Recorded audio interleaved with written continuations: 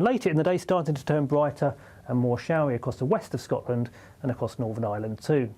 Temperatures still peaking at 23 Celsius towards the southeast. That's a fairly warm 73 in Fahrenheit, cooler towards the northwest with a cloud and rain around. The rain on Tuesday gradually moves its way away to the east of the UK, giving way to a mixture of sunshine and showers across all parts, although the heaviest of those showers are likely across the south, and here we could see one or two thundery showers as we go into the afternoon. So the showers on Tuesday are pretty widespread, giving way to more persistent rain on Wednesday, and back to sunshine and showers once again as we go into Thursday. Expect warm spells with the odd rude interruption. Boxed Boilers sponsors the weather on GB News. There's a totally tax-free £76,543.21 in cash to be won. Cash to spend on anything you like. That's like having over £6,000 extra to spend each month for a whole year. You could spend it on a bucket list holiday, treats for all of the family, or just save it for a rainy day. For a chance to win, text cash to 63225. One entry costs £2.50 plus one standard network rate message. Or text bonus to 63225. 5 entries cost £5 plus one standard network rate message. Go to gbnews.com/win. Entries start at £2.50. Call 0903 686 3232. Calls cost £2.50 plus your network access charge. Or post your name and number to GB21 PO Box 8690 Derby DE1 9TT. UK only. Entrance must be 18 or over. Lines close at 4 p.m. on the 26th of June. This is a network giveaway. Entries will be pooled. Please check the closing time if listening or watching on demand. At GB News, we love to hear from you, our loyal community. So drop us a line at gbnews.com/yoursay. There you can talk to each other and also to the presenters live on air. gbnews.com/yoursay, because GB News is your channel, Britain's news channel. From the school run to the home run, watch a new show for all of Britain. So he can say whatever he wants. A straight talking show where all voices are heard. And, you know, when are we going to stop talking about smashing the gangs and actually do it? With the stories that matter from every part of our country. There's a bit of a crash landing there for your Chancellor. Bold, fearless and standing up for you. That's me, Martin Daubney, 3 p.m. till 6 p.m, weekdays, here only on GB News. The People's Channel, Britain's news channel. Join me, Nana Akwe, for an informative, interactive news programme with a difference. It's fun. No, he didn't say that, Dave. I'm so surprised. I think there's an element of truth to that. Join me from 3 p.m. every weekend, only on GB News, Britain's news channel. Hi, I'm Michelle Dewberry, and my show is your opportunity to cut through all the noise and dive in headfirst to some robust debates. Ideas clash. Situation, isn't it? Because the failure is... You're deliberately avoiding my point. Nothing's held back. And if you think this is the end of it, wait for more. And we do not shy away from the difficult stuff. Sometimes I want to shake people and say, if only you understood. So join me on Jubes & Co weeknights at 6 p.m, only on GB News, Britain's news channel. Breaking news, live updates, stories that matter. From the heart of the GB newsroom to every corner of Britain, with our team of dedicated journalists across the UK. GB News bulletins are there to deliver the latest news that matters to you. Bulletins on GB News, the People's Channel, Britain's news channel. I think GB News is completely unique in the way that we interact with our viewers. Our audience aren't afraid to have their say. They want their voices heard now, and they've got a channel where that can happen. I find more and more as I'm wandering around, people come up to me and they say, we saw you on television. I say, oh yes, on what? On GB News. Hello, are you the famous Sue? The whole crew hid me here now. We came to celebrate. It's our job to be the eyes and ears of the viewers. They are part of the GB News family, and I'm pleased to say it's a very large family. And if people go to the time and trouble of listening and watching, then we've got to do a good job for them. Well, I'm here, right in the epicentre of the protest. Here we go again. You just tuned in. Where have you been? It is raucous here tonight. That's what makes us the fearless champion of Britain.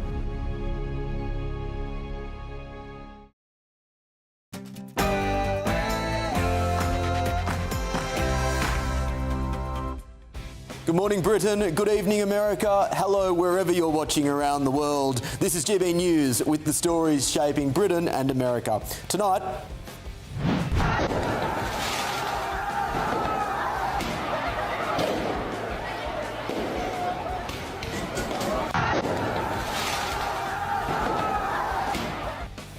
unbelievable. Paris on fire. And it all came after their team had won. Well, there have been at least 780 arrests across France. And breaking tonight, there have been 16 arrests around the Arsenal parade with a man taken to hospital after being stabbed. It's indeed a tale of two cities. Also, answer that question. Answer that question. Answer that question. How did the Brits get their power? Can you stop spitting in my face? What was the question? He's speaking. Why are you shaking? Why are you getting so angry? Because my drone is going, I'm holding everything back not to break your jaw. well, a huge exclusive for you tonight. This is footage from our very own Ben Leo that has gone viral around the world. He went to an ICE protest and was aggressively confronted. We'll have the full clip for you in a moment, plus Ben will join us for his reaction. Also, the Ministry of Defence has gone full-on woke as it demands new defence contracts to tackle eco-inequality. It's also tiresome. And Sir Keir Starmer could be under huge pressure this week as a second tranche of the Mandelson papers are expected to be released. They are said to include messages between Lord Mandelson and ministers and government advisors, including Sir Keir's former Chief of Staff, Morgan McSweeney. I'll bring you all the details later. I'm Will Kingston, and this is The Late Show Live.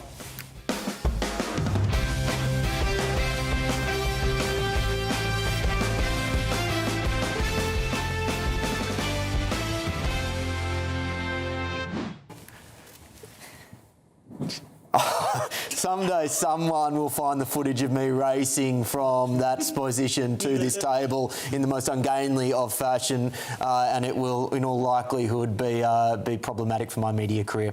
I'm Will Kingston. This is The Late Show Live, filling in for the great Ben Leo, but don't worry, you are going to get your fix of Ben. He is going to join us very shortly. Joining me tonight in London on the panel is GB News contributor, comedian and the People's Gammon Paul Cox, and political commentator Alice Grant. And in Washington is Senior Research Fellow at the Heritage Foundation, Simon Hankinson. Wonderful panel across the pond as well as in the United Kingdom. Thank you one and all for joining me. Moving on to our main news this evening, at least 780 people have been arrested and more than 200 people have been injured in violent clashes between football fans, and I use the term fans loosely, and police across Paris after Paris Saint-Germain defeated Arsenal in the Champions League final on Saturday. Some 6,000 police were mobilised for Sunday's victory parade at the site of the Eiffel Tower. One person was even found dead after an accident on Paris's Ring Road, which rioters had tried to block overnight. And breaking in the last few moments, back in the United Kingdom, there have been 16 arrests at the Arsenal parade today, with one man in hospital after being stabbed. And get this, and try and get your head around it, because I'm still trying to get my head around it.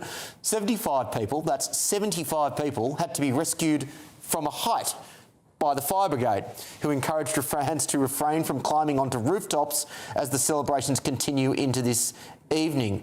75 people had to be rescued by the fire brigade from a height. If anyone has any photos of the scene of Arsenal fans, tell them to stay calm and hopefully help will be on the way soon, if not hope.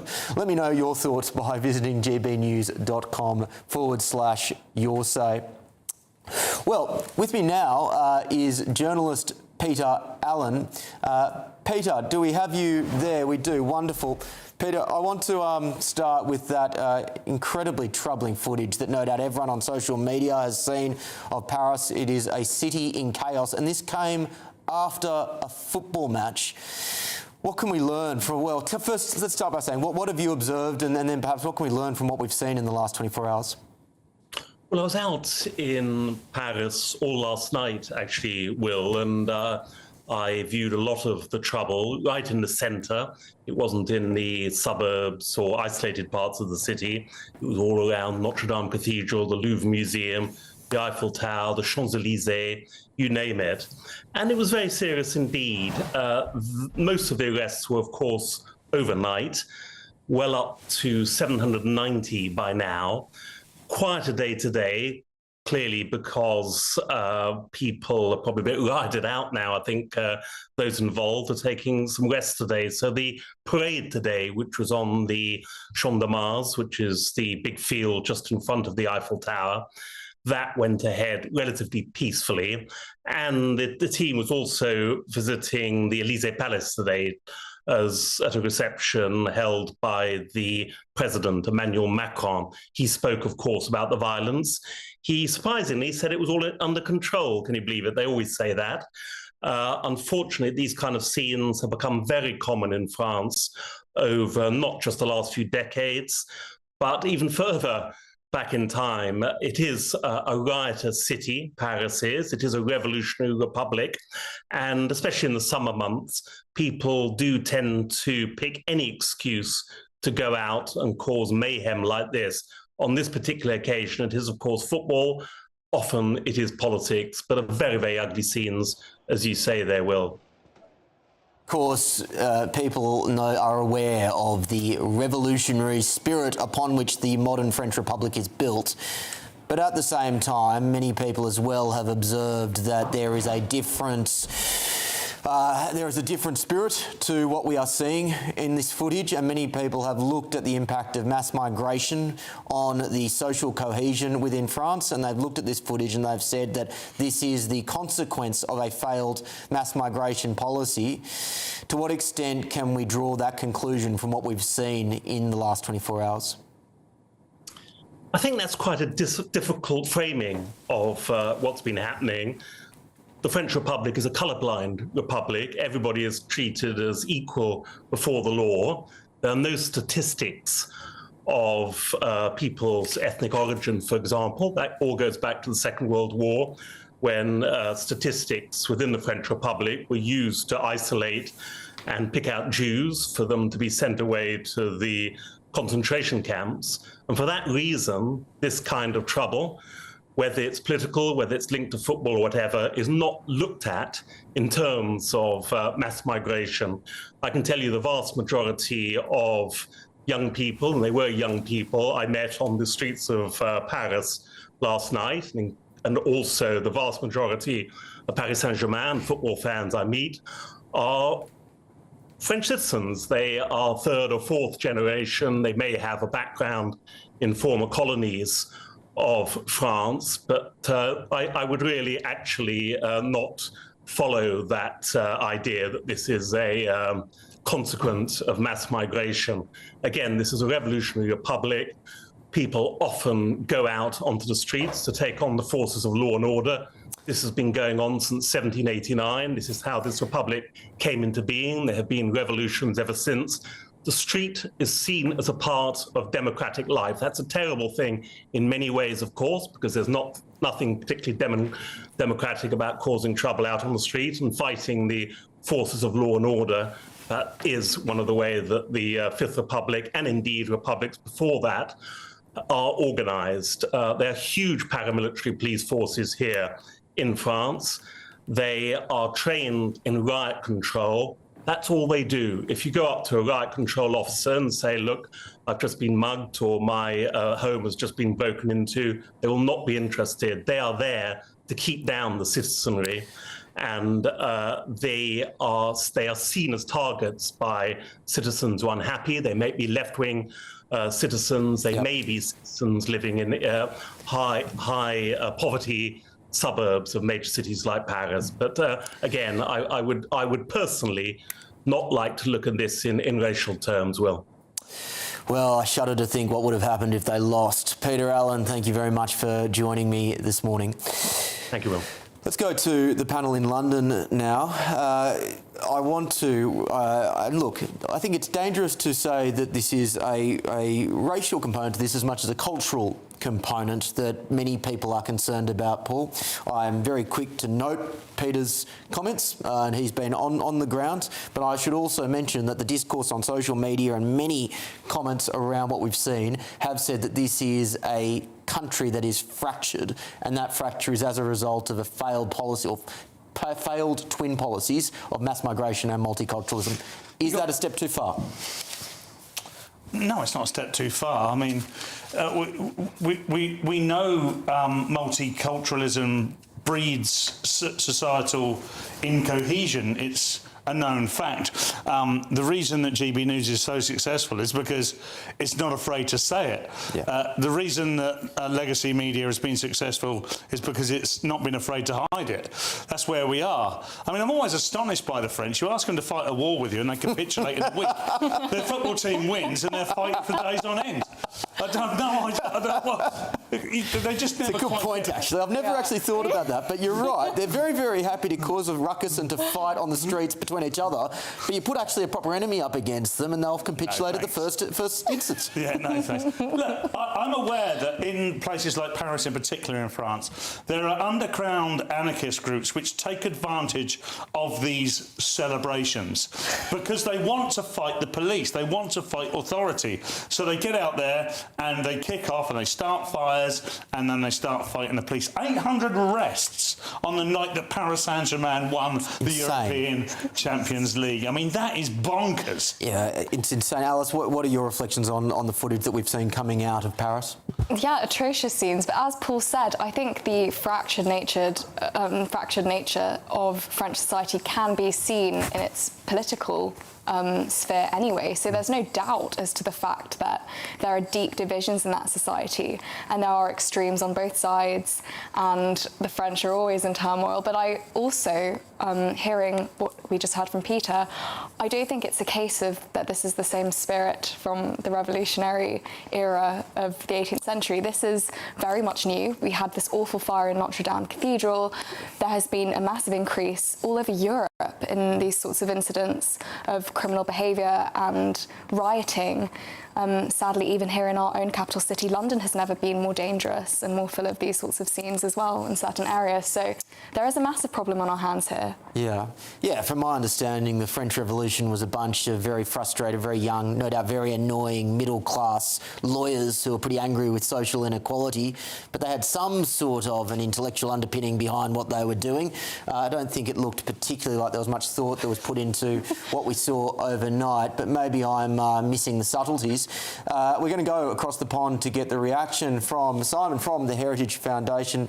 Simon, it was interesting to hear Peter's comments just then. He said that many of the people that we saw in that footage, many of the people that he spoke to were second, third, fourth generation French citizens.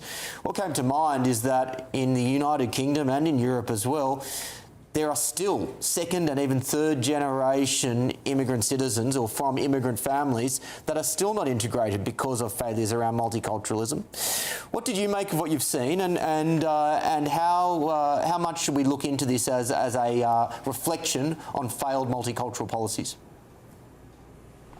Well, I don't think I'd be as generous as your first guest.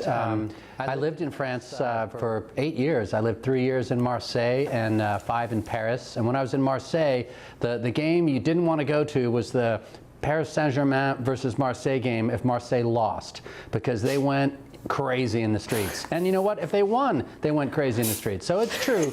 There's a tradition of they're trying to take Britain's place as #1 football hooligan country on earth. But yeah, you're pouring gasoline on the fire when you add large numbers of youth, because it's almost always young men who go out and do this kind of thing.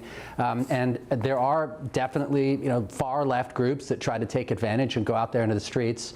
And there's unemployment and there's unhappiness. There's a movie called Les Miserables, not the old Victor Hugo one, but a much more modern one. I saw it at the Cannes Film Festival in about 2018. And it is a really scary picture of exactly what we saw in Paris, of why this kind of thing happens. And it's something the French are going to have to figure out. Simon, I wasn't aware that you'd lived in France. When did you live in France? Well, I was there as a child from like 70 to 75, and then I was Consul General of the United States in Marseille from 2017 to 2020. So very different roles. So you no doubt still keep a very close eye on France as a nation and French politics. What are your reflections as you look back on France, on how it has changed, both, say, from the 1970s, but then also more recently from 2020 to now?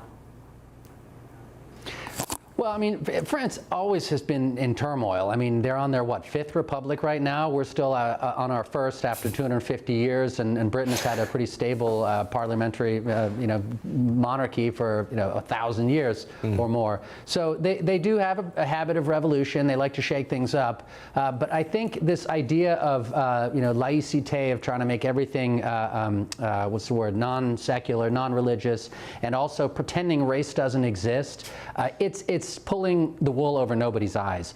Poverty, race, religion, the clash between Christian and, let's say, fundamentalist Islamic civilization, that is a real thing, and it is happening. When I was in Marseille, the year before I got to Marseille, a guy took a truck and he ran it down the Corniche along the seaside, and he killed about 170 people.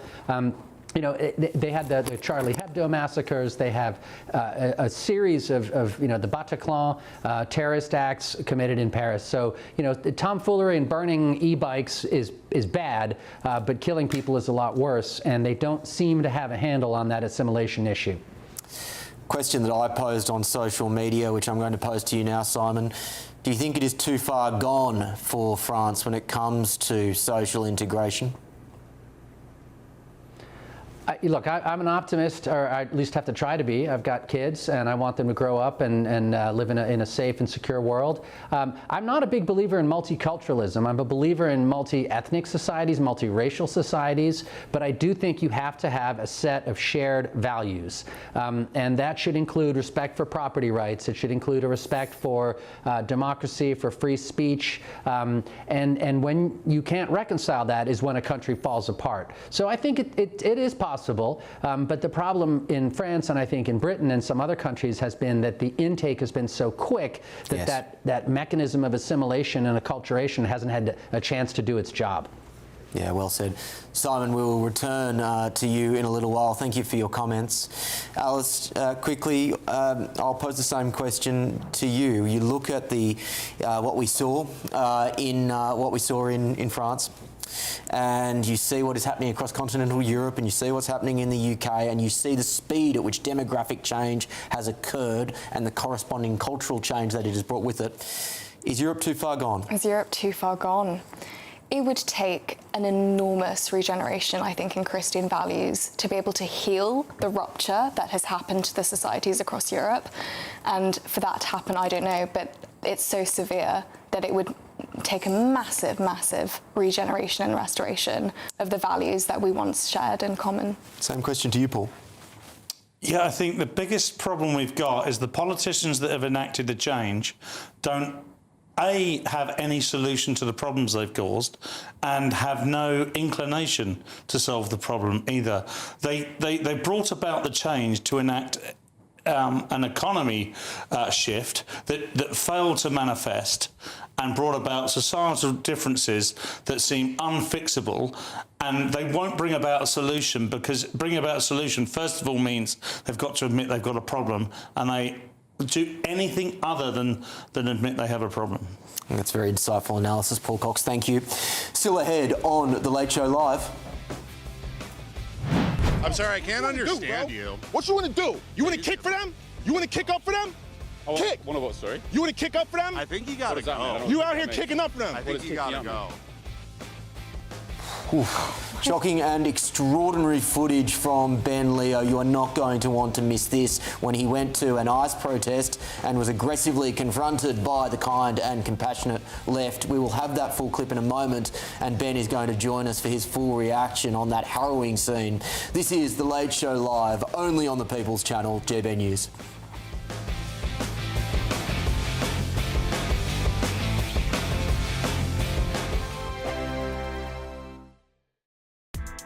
Join me, Nana Akwe, for an informative, interactive news programme with a difference. It's fun. No, he didn't say that, Dave. I'm so surprised. I think there's an element of truth to that. Join me from 3 p.m. every weekend, only on GB News, Britain's news channel.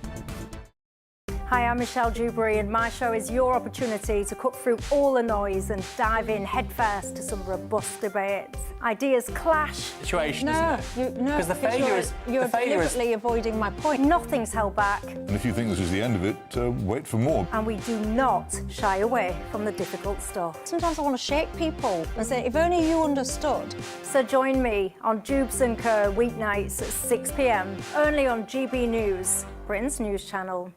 From court mornings to warm family brunches. From football to tennis in the car. In the kitchen. GB News Breakfast is there. With the stories you need and the conversations that matter. Anyway, let's talk business. Well, it has been a historic night in British politics. It's astonishing, isn't it? We're here again. To start your day just right. GB News Breakfast. Every morning from 6 a.m. Only on GB News. Britain's news channel.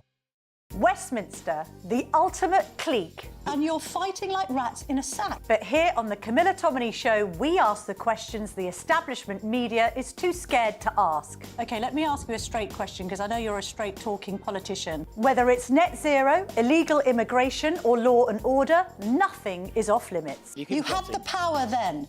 Yeah, as I And say, now you've lost it. That's the Camilla Tominey Show, a politics show that's fearless. But no, let me finish my question if you don't mind, because it is my show. Sundays at 9:30, only on GB News, the People's Channel, Britain's news channel.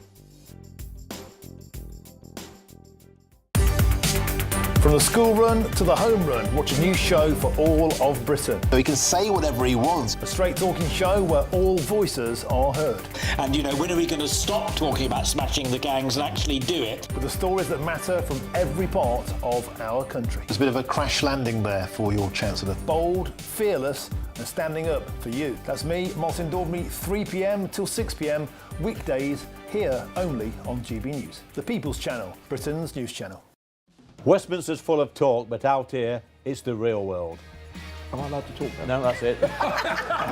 This is where it matters, real people and real lives. That's what politics is all about. The fact has Trump made a good start? No. Straight answers, no spin, and just a couple of pints. How many fingers have I got up? About 10. So join me for Lee Anderson's Real World every Friday at 7 p.m. only on GB News. The People's Channel, Britain's news channel.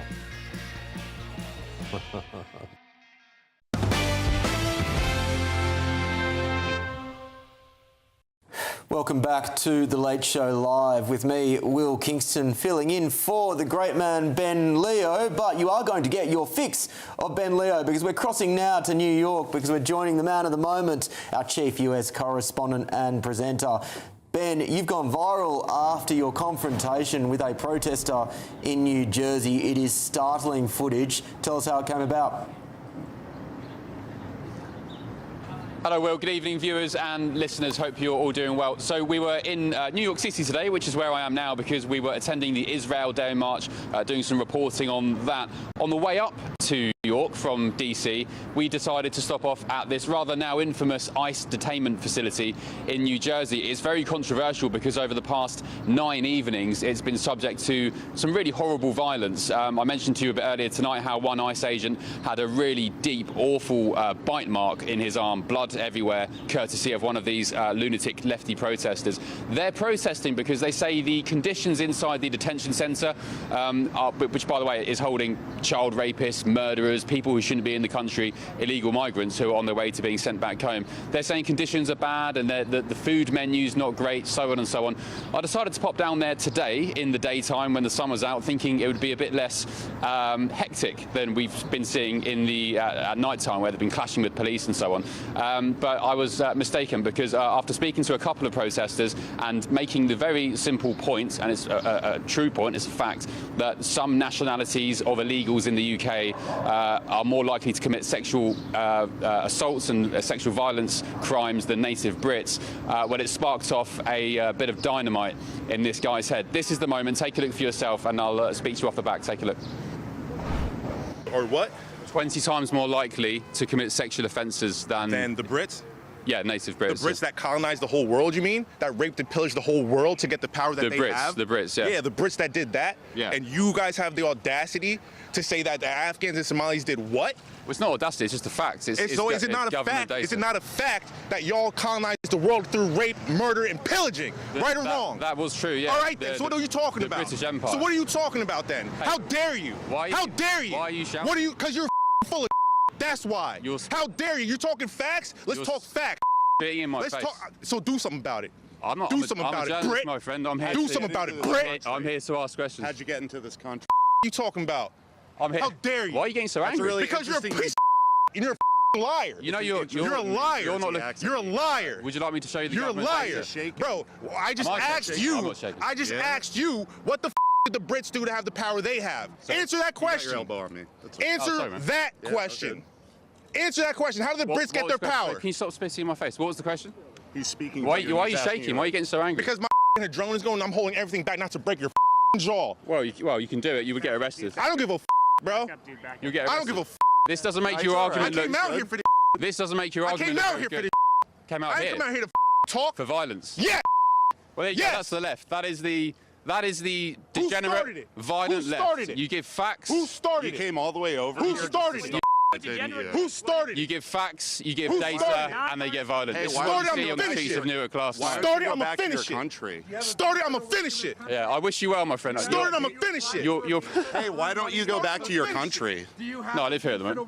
Oh, you live here? I do, yeah. How'd you get over here? What you do? Aeroplane. Oh, cool.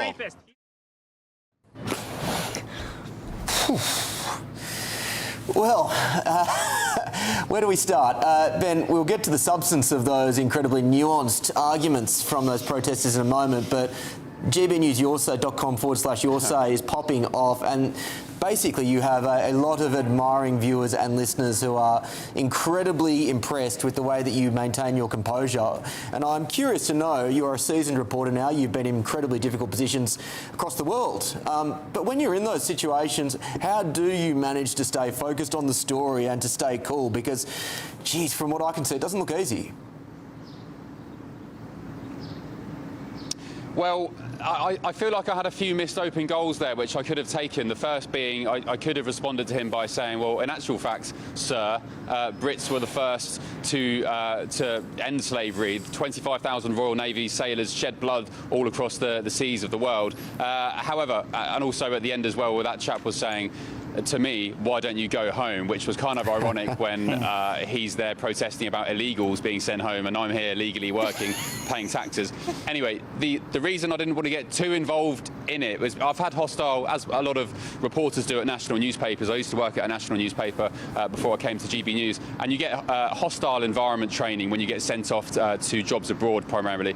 And it's just about kind of diffusing the situation. I was more concerned, actually, as opposed to taking those open goals and making him seem a bit stupid. I was more concerned about watching his hands, making sure that he wasn't about to swing for me, watching his body position. So that was kind of going through my head. And in actual fact, in situations like those, it's kind of just give them the rope to hang themselves with, because I don't really need to do or say much. I presented some very simple, objective facts to him about illegal migrant crime in the United Kingdom. I asked why they were there in New Jersey protesting the detention of migrants. And there are similar facts here in the United States where I think per capita certain nationalities are more likely to commit certain crimes. So, yeah, I mean, it's, I don't know what to say really. You have to stay cool and calm. If you react and you start getting, I don't know, aggressive and start trying to match their energy, I think you're asking for trouble. But what that clip does demonstrate is that the left, the far left lunatics, as President Trump calls them, are exactly that. It's not just some sort of hurty words that you throw their way. They are unhinged, they are violent, they are unreasonable, and I don't think it would have mattered, actually, if I'd come back with those arguments, which I wanted to, because he wouldn't have been listening anyway, Will. And if you stay tuned, viewers and listeners, on The Late Show Live into the next hour, there is a follow-up as well. So you see how the interaction ended, and I can promise you right now, this second clip we're going to play you in the second hour is just as entertaining as the first. It is extraordinary footage, and you picked up on a line which also really stood out to me, Ben, which was, why don't you go back to your own country? I must admit, I've actually occasionally heard similar lines on social media, you know, why don't you go back to Australia? these are the exact people who are arguing for open borders, who are arguing for very liberal immigration policies, and yet it wasn't just in that footage there. I've heard this from several lefties now, that when you actually argue with them, they are the first to actually do the whole go back to where you came from argument. What do you think that says? Well, I think over a lot of different issues, male feminism, protecting women, racism is one of the biggest ones, of course, as we've seen tonight. The left have a really interesting habit. It's a psychological thing where they project and they cry and they whine and moan about people being guilty of certain things like racism or misogyny or, well, you know, take your pick from the array and the litany of accusations they throw towards their political opponents. When the truth of the matter is, for the majority of the time, they are guilty of the very same thing that they complain about and accuse others of doing. Male feminists, I've been saying for years on this channel, male feminists are a big example. They go around talking about how you need to protect women, accusing people of being misogynistic and predators toward women. A lot of the time, and this is a very interesting point to investigate, they are the worst misogynists going, and they are more prevalent, I would say, off the top of my head, no stats to back this up, but they are more prone to committing offences against women and girls, all these sort of self-styled male feminists and protectors of women. So long story short, I just think generally the left, and viewers and listeners will probably notice this themselves going around their everyday lives, they project. They are guilty of the very thing they accuse others of being, Will. Yeah, we've got the great Paul Cox here, and I'm going to get him in the break to bring up a tweet that he had on this very topic, because he's thinking along your lines. But Ben, just before we leave you for now, there are potentially lessons here, because, you know, there are political parties in this country that are arguing for mass deportations, and it is obviously such an emotive issue that now in the US has led to this sort of violence and incredibly intimidatory behaviour. What can the Reforms and the Conservatives and the Restores of this world learn from what we've seen in the US? Yeah, whoever takes government in the United Kingdom in the next couple of years, whoever takes the keys to number 10 should be keeping a keen eye on what's been happening since President Trump took power at the White House in January 2025. There is a lot to learn from how they've been embarking on their mass deportation schedule. I will say the White House has deported fewer people than the Obama administration up until this point. The difference is it's been more publicised, and of course it's Trump at the helm, so that's going to garner more attention. One mistake I would say the White House has made over the past year or so is, although I've said it on the show before, I find them quite funny. They're very public social media posts. For example, the clips they whip up of, say, Pokemon, saying "gotta catch them all," and clips down at detention centres, and really trolling the left when they're embarking on this deportation ambition. That obviously winds people up. It stirs the pot, and that's why I think you get a lot of these high-profile protests, and it puts ICE agents in danger, it puts the public in danger, it puts journalists in danger as well. So whoever takes government will, the Tories, Reform, whoever it may be in a couple of years, and they do want to embark on a mass deportation schedule like we see it here in the US, there's lots of lessons to be learned, because in the UK, I can absolutely guarantee you will see mass organised resistance like you do here in the United States. It's paid for, it's organised, there are big entities and organisations behind it, NGOs and so on, and we see it already in the United Kingdom with the sort of stand up to racism crowd who are bussed along to Epping hotels and migrant hotels, all waving the very conveniently organised placards. You see them coming in buses, and there's vans with load of merch and so on, all very organised. That will be on steroids in a couple of years if and when the UK embarks on mass deportations of illegal migrants. Sadly, I think you are right. Ben, Leo, extraordinary work. Looking forward to chatting to you again shortly. Well, stay tuned for my panel's reaction on that footage coming up after the break. This is The Late Show Live, only on the People's Channel, GBNews. Westminster, the ultimate clique. And you're fighting like rats in a sack. But here on the Camilla Tominey Show, we ask the questions the establishment media is too scared to ask. OK, let me ask you a straight question, because I know you're a straight-talking politician. Whether it's net zero, illegal immigration or law and order, nothing is off limits. You have the power then. Yeah, as I And say, now you've lost it. That's the Camilla Tominey Show, a politics show that's fearless. But no, let me finish my question if you don't mind, because it is my show. Sundays at 9:30, only on GB News, the People's Channel, Britain's news channel. Breaking news, live updates, stories that matter. From the heart of the GB newsroom to every corner of Britain, with our team of dedicated journalists across the UK. GB News bulletins are there to deliver the latest news that matters to you. Bulletins on GB News, the People's Channel, Britain's news channel. Hi, I'm Michelle Dewberry, and my show is your opportunity to cut through all the noise and dive in headfirst to some robust debates. Ideas clash. Situation, No, isn't it? no, Because the failure is you're the failure is deliberately avoiding my point. Nothing's held back, And if you think this is the end of it, wait for more. and we do not shy away from the difficult stuff. Sometimes I want to shake people and say, if only you understood. So join me on Jubes and Kerr weeknights at 6 p.m. only on GB News, Britain's news channel. Westminster's full of talk, but out here, it's the real world. Am I allowed to talk now? No, that's it. This is where it matters, real people and real lives.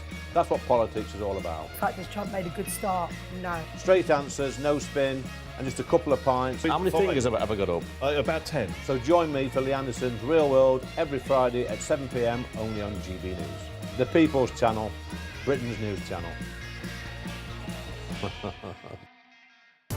I've been in Westminster for a long time, but I know that though power may be here, its effect on people's lives is across the whole of the country. We may be where rules are made, but it's where they're implemented that matters. Join me, Jacob Rees-Mogg, for forthright and frank discussion on where Britain has come from, where it's going, and where it will end up. That's State of the Nation, Monday to Thursday, 8 to 9 o'clock. Vox Populi, Vox Dei.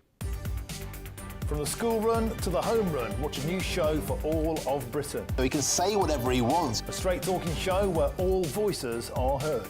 And, you know, when are we going to stop talking about smashing the gangs and actually do it? With the stories that matter from every part of our country. There's a bit of a crash landing there for your Chancellor. Bold, fearless and standing up for you. That's me, Martin Daubney, 3 p.m. till 6 p.m. weekdays here only on GB News. The People's Channel, Britain's news channel.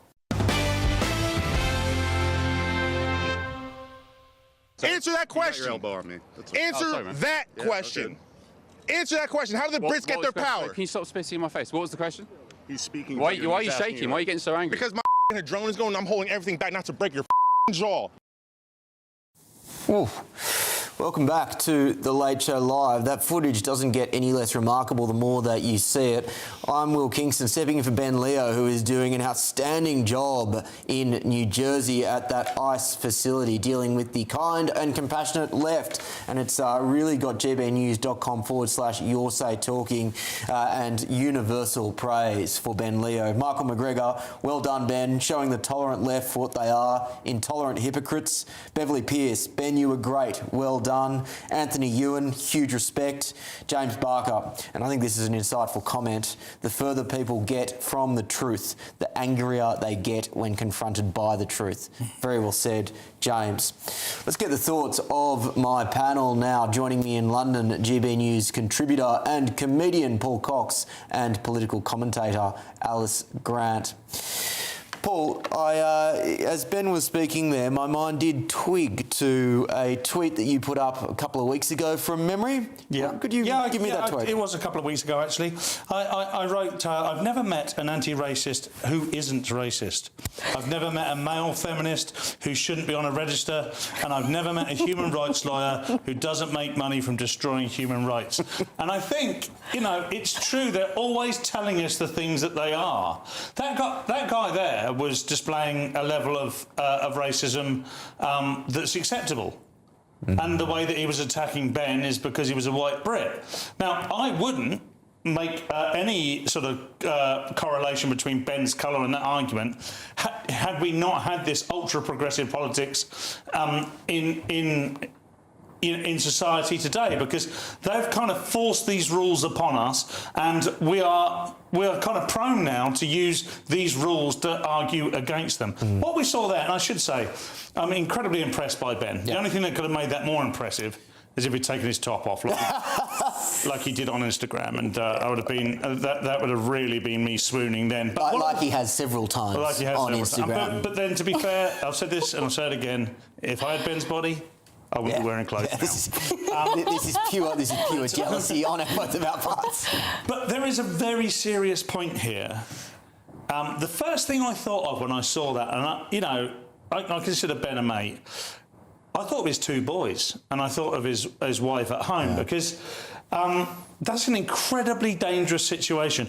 That level of anger was what got Charlie Kirk killed. Yeah. That level of anger is what's seen a number of political-type assassinations over the years. And I'm the first person to crack a joke or make fun or make it into light entertainment for our viewers.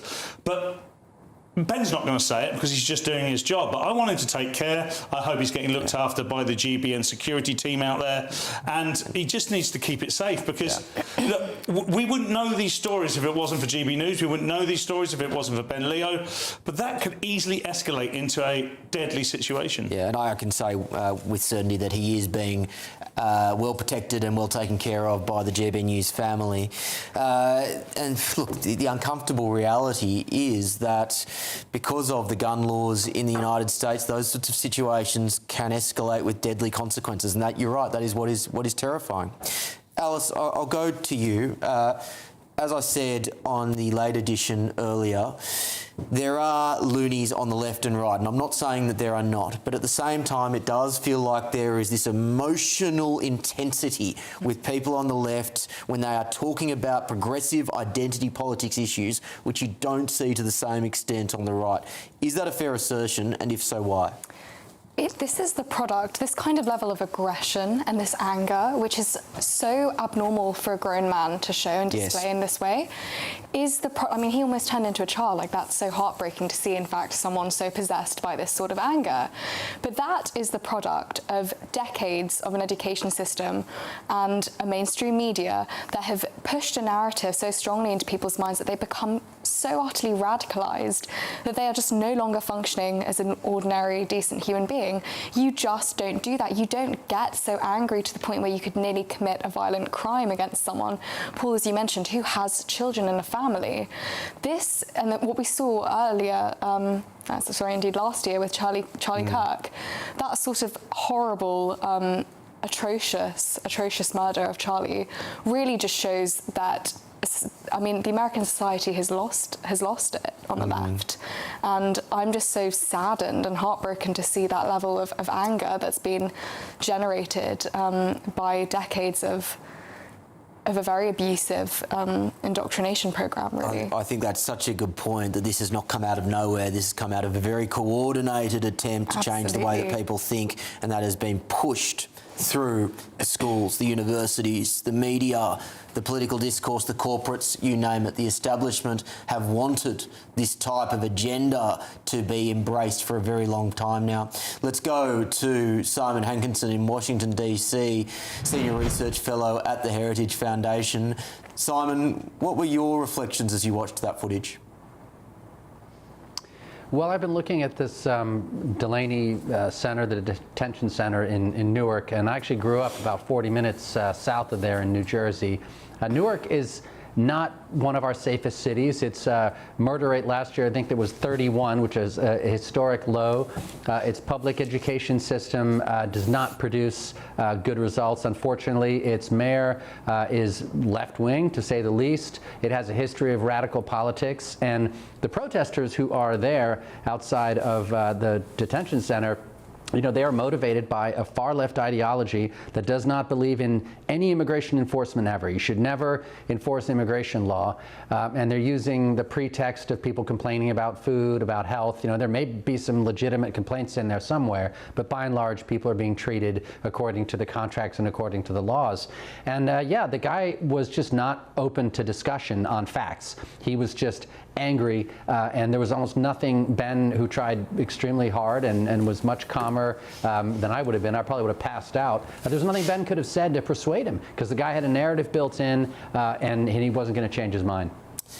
does the Trump administration need to take responsibility for the response, or at least partial responsibility, I should say, from the response from some leftist protesters? They would argue that the conditions in these detention centres are unsatisfactory, and they would argue that the actions by police, which in some cases have led to tragic deaths, have been very, very poor. How responsible should the Trump administration be seen to be for this type of emotional response? Well, I think every police officer, every federal agency should be responsible for its conduct. If they break the law, if they do something they're not supposed to do, they should be held accountable.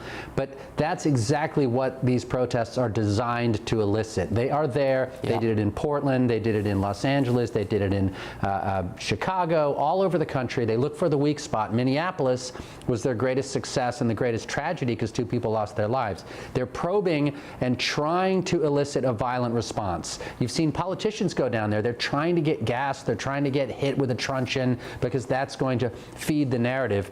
So I don't think the Trump administration is on the hook for trying to enforce the law. I mean, that's like saying that the police should be on the hook for stopping people for speeding or for arresting, murderers. It is the responsibility of the federal government to enforce laws that Congress passes. Have they made a few mistakes on the public relations front? Yeah, but I think they've gotten a lot better, which is why what you're seeing at Delaney Hall is basically the rioters and the protesters pushing the envelope, wearing their keffiyehs and their masks, and the officers, generally speaking, behaving highly professionally.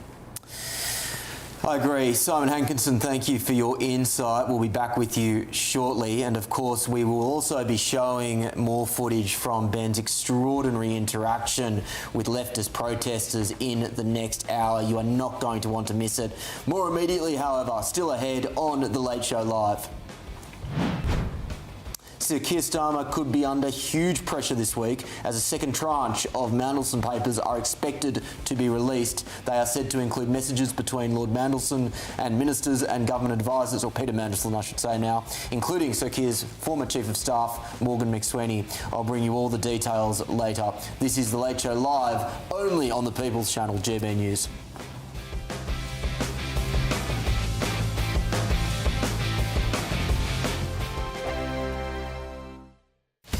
Breaking news, live updates, stories that matter. From the heart of the GB newsroom to every corner of Britain, with our team of dedicated journalists across the UK. GB News bulletins are there to deliver the latest news that matters to you. Bulletins on GB News, the People's Channel, Britain's news channel. From court mornings to warm family brunches. From football to tennis in the car. In the kitchen. GB News Breakfast is there. With the stories you need and the conversations that matter. Anyway, let's talk business. Well, it has been a historic night in British politics. It's astonishing, isn't it? We're here again to start your day just right. GB News Breakfast. Every morning from 6 a.m. Only on GB News. Britain's news channel. Westminster's full of talk, but out here, it's the real world. Am I allowed to talk now? No, that's it. This is where it matters. Real people and real lives. That's what politics is all about. The fact is Trump made a good start. No. Straight answers, no spin, and just a couple of pints. How many fingers have I got up? About 10. So join me for Lee Anderson's Real World every Friday at 7 p.m. only on GB News. The People's Channel, Britain's news channel. At GB News, we love to hear from you, our loyal community. So drop us a line at gbnews.com/yoursay. There you can talk to each other and also to the presenters live on air. gbnews.com/yoursay, because GB News is your channel, Britain's news channel. Join me, Nana Akwe, for an informative, interactive news programme with a difference. It's fun. No, he didn't say that, Dave. I'm so surprised. I think there's an element of truth to that. Join me from 3 p.m. every weekend, only on GB News, Britain's news channel. You want to know what's really going on in the corridors of power? Labour don't know what to do with you half the time, and that makes you quite lethal in the chamber. Get behind the headlines with Chopper's Political Podcast. Join me, Christopher Hope, as I sit down with the great and the good of British politics. We'll see where this ruling takes us. These are the stories shaping our nation. Chopper's political podcast, available now on all platforms. Listen in and stay ahead. Hi, I'm Michelle Dewberry, and my show is your opportunity to cut through all the noise and dive in headfirst to some robust debates. Ideas clash. Situation, isn't it? No, because the failure is you're deliberately avoiding my point. Nothing's held back, And if you think this is the end of it, wait for more. and we do not shy away from the difficult stuff. Sometimes I want to shake people and say, if only you understood. So join me on Jubes & Co. weeknights at 6 p.m. only on GB News, Britain's news channel.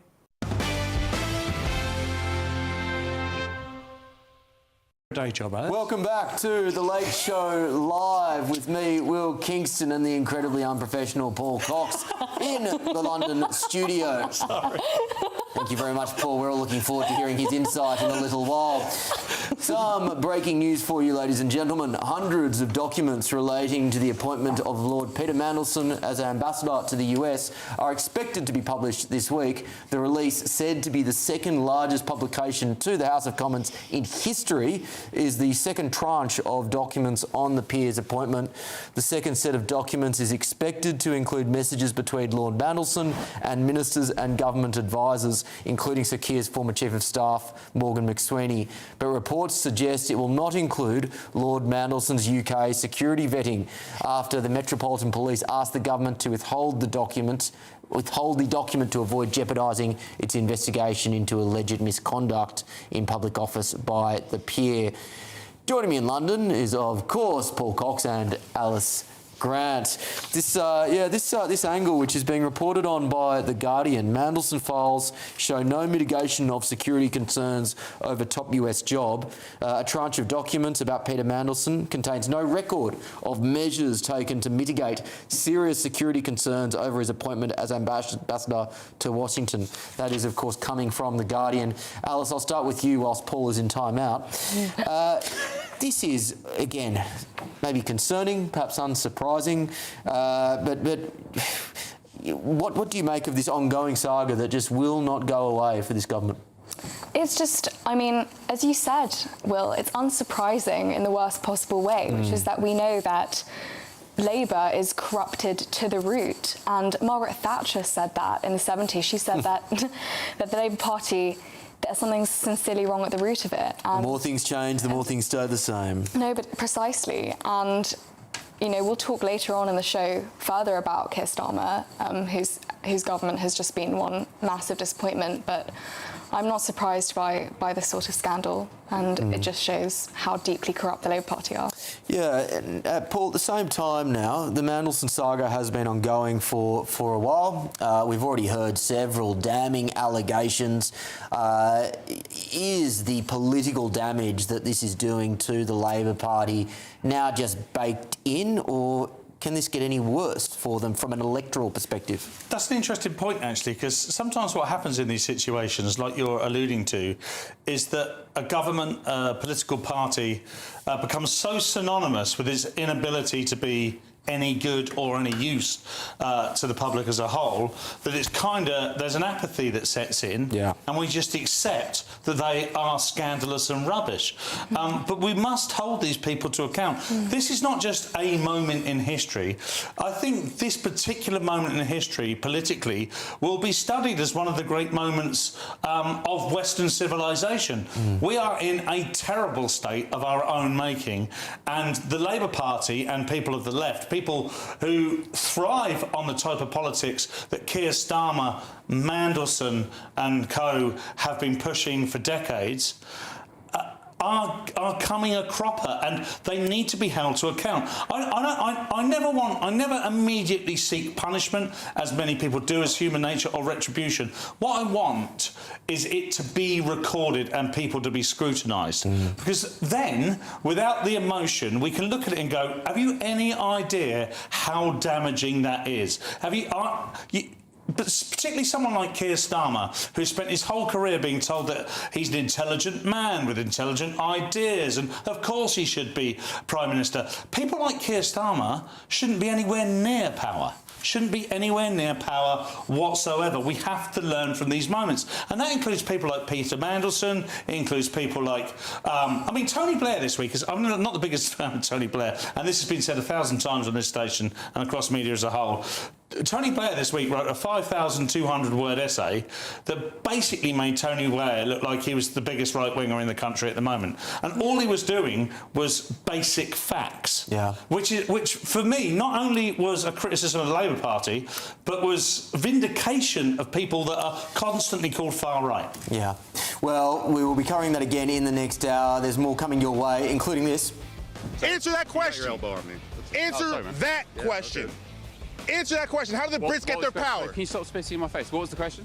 He's speaking. Why are you shaking? Why are you getting so angry? Because my drone is going, I'm holding everything back not to break your jaw.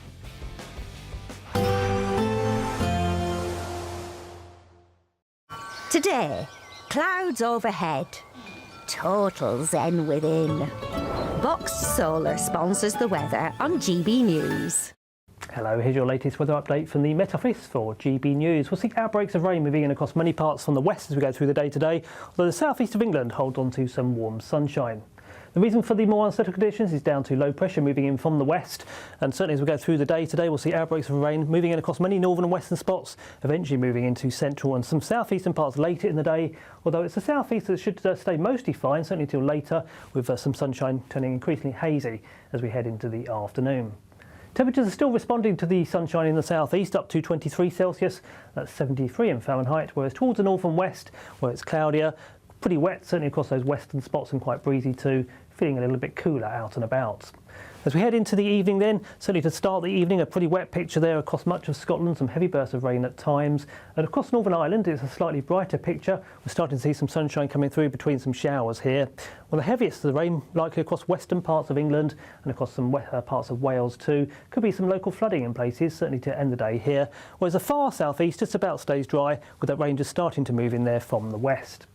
So that rain will progress its way eastwards as we go through the rest of the evening into the overnight period. Whereas out towards the north and west of the UK, certainly across Scotland, Northern Ireland and westernmost parts of England and Wales, into the early hours of Tuesday, we should start to see some clearer spells developing with a scattering of showers too. Once again, it's a pretty mild night for the time of year, temperatures holding up widely in double figures, so certainly frost-free as we go into Tuesday. For Tuesday itself, the last of the rain will slowly clear away to the east, affecting the eastern parts of England and Scotland for a time through the day, giving way elsewhere to sunshine and showers. Those showers quite heavy, particularly across England and Wales. Here we could see one or two thundery ones as we go through the day on Tuesday, accompanied by some blustery winds at times as well. Temperatures peaking around about 20 or 21 Celsius down towards the southeast, which isn't far from where they should be for this time of the year, but cooler towards the north and west, certainly where the showers are around. Today, clouds overhead, total zen within. Box Solar sponsors the weather on GB News. From cold mornings to warm family brunches. From football to tennis. In the car. In the kitchen. GB News breakfast is there. with the stories you need and the conversations that matter. Anyway, let's talk business. Well, it has been a historic night in British politics. It's astonishing, isn't it? We're here again. To start your day just right. GB News Breakfast. Every morning from 6 a.m. Only on GB News. Britain's news channel.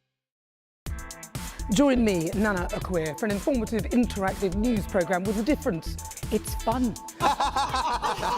No, he didn't say that, Dave. I'm so surprised. I think there's an element of truth to that. Join me from 3 p.m. every weekend, only on GB News, Britain's news channel. At GB News, we love to hear from you, our loyal community. So drop us a line at gbnews.com/yoursay. There you can talk to each other and also to the presenters live on air. gbnews.com/yoursay, because GB News is your channel, Britain's news channel. Westminster, the ultimate clique. And you're fighting like rats in a sack. But here on the Camilla Tominey Show, we ask the questions the establishment media is too scared to ask. OK, let me ask you a straight question, because I know you're a straight-talking politician. Whether it's net zero, illegal immigration or law and order, nothing is off limits. You had the power then. Yeah, as I And say, now you've lost it. That's the Camilla Tominey Show, a politics show that's fearless. But no, let me finish my question if you don't mind, because it is my show. Sundays at 9:30, only on GB News, the People's Channel, Britain's news channel. From the school run to the home run, watch a new show for all of Britain. So he can say whatever he wants. A straight talking show where all voices are heard. And, you know, when are we going to stop talking about smashing the gangs and actually do it? With the stories that matter from every part of our country. There's a bit of a crash landing there for your Chancellor. Bold, fearless and standing up for you. That's me, Martin Daubney, 3 p.m. till 6 p.m, weekdays, here only on GB News. The People's Channel, Britain's news channel. Westminster's full of talk, but out here, it's the real world. Am I allowed to talk now? No, that's it. This is where it matters, real people and real lives. That's what politics is all about. In fact, has Trump made a good start? No. Straight answers, no spin, and just a couple of pints. How many fingers have I ever got up? About 10. So join me for Lee Anderson's Real World every Friday at 7 p.m, only on GB News. The People's Channel, Britain's news channel.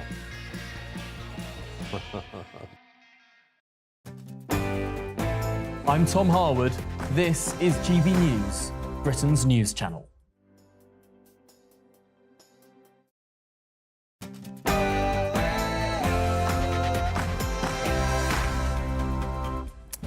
Good morning, Britain. Good evening, America. Hello, wherever you're watching around the world. This is the People's Channel, GB News, with the stories shaping Britain and America. Tonight... Answer that question. Your elbow at me. Answer that question. Answer that question. How did the Brits get their power? Can you stop spitting in my face? What was the question? He's speaking. Why are you shaking? Why are you getting so angry? Because my drone is going, I'm holding everything back not to break your jaw. Extraordinary footage. We'll get to part 2 of GB News' very own Ben Leo, his confrontation with an anti-ICE protester. It's coming your way. You're not going to want to miss it. It's must-watch TV. Also... disability benefits. Welfare system. Welfare state. So Keir Starmer has been criticised for watering down checks on benefits claimants as the welfare system risks collapsing under a record backlog of mental health cases. But is this the right solution? Also... I said I would cut debt and borrowing, and I meant it.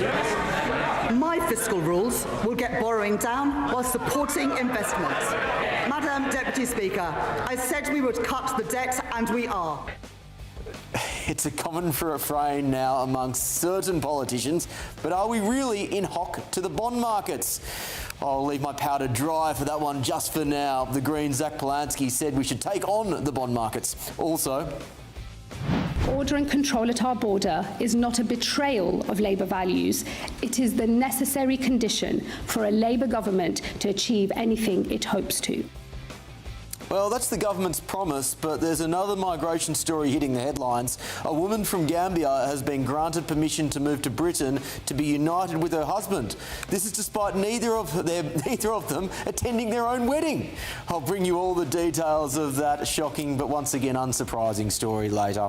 And... America deserved 9/11, dude. F it, I'm saying it. Like, we fucking totally brought it on ourselves, dude. Holy shit. We did. We fucking did. News just in, I've got a major update on this guy, Hassan Piker, who The Late Show Live reported on earlier in the week. You should stay tuned for that one. I'm Will Kingston, and this is The Late Show Live.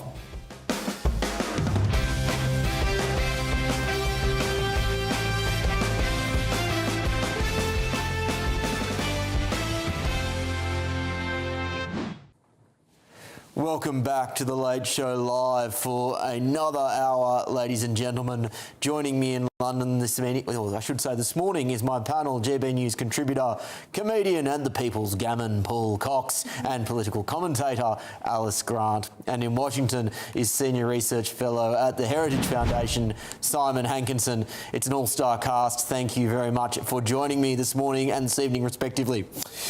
Well, let's first go to our very own Ben Leo, Chief US Correspondent and Presenter, with Just extraordinary footage that has come out of his recent trip to an ICE facility in New Jersey.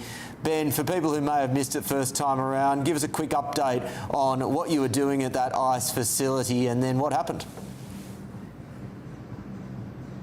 Yeah, hey, good morning, Will. So we popped down to this really infamous ICE detention facility in New Jersey. Controversial because over the past 9 nights, it's been the scene of some rather grim violence. Protesters, far-left protesters, attacking ICE agents. One ICE agent was bitten in the arm. They're angry at the fact that all these illegal migrants in the detention centre, potentially murderers, rapists, robbers, etc., are under such bad conditions, according to them. They're upset about the kind of food they're getting and so on. So there's been big action and skirmishes over the past 9 nights or so. We decided to pop down there in the daytime. We thought it would be a little bit calmer. Viewers of The Late Show Live would have seen in the last hour the first half of my expedition down there where he was a lunatic. He completely off his head, confronted me and threatened to break my jaw after presenting him with a few simple facts about illegal migrant crime in the UK. This is the second part. This is the how the situation pretty much ended, and it's also interesting to note here the reaction of the police who are standing maybe 50 yards away. Take a look and I'll see you off the back. What you thought was going to happen? You thought she was sweet? Well, normally we have conversations. We have conversations and we talk about people's lives are at stake, sir. This is life or death. It sounds like you're an agitator. I'm the agitator. Yes. Look at this. You're surrounding me. He's spitting in my face saying he's going to break my jaw, and I'm the agitator. I'm the bad guy. And there's kids in there. I'm the bad guy. Yeah.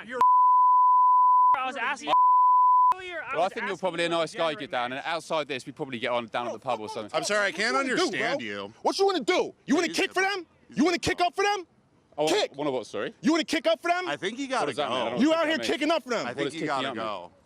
No, I'm staying here. I'm not going to be intimidated by violent people. Oh, you mean like you came here with guns yesterday? I'm not scared of you. You mean intimidated by like motherfuckers with guns yesterday? You can square up to me and get So violent. why do you love you if you're not afraid of him?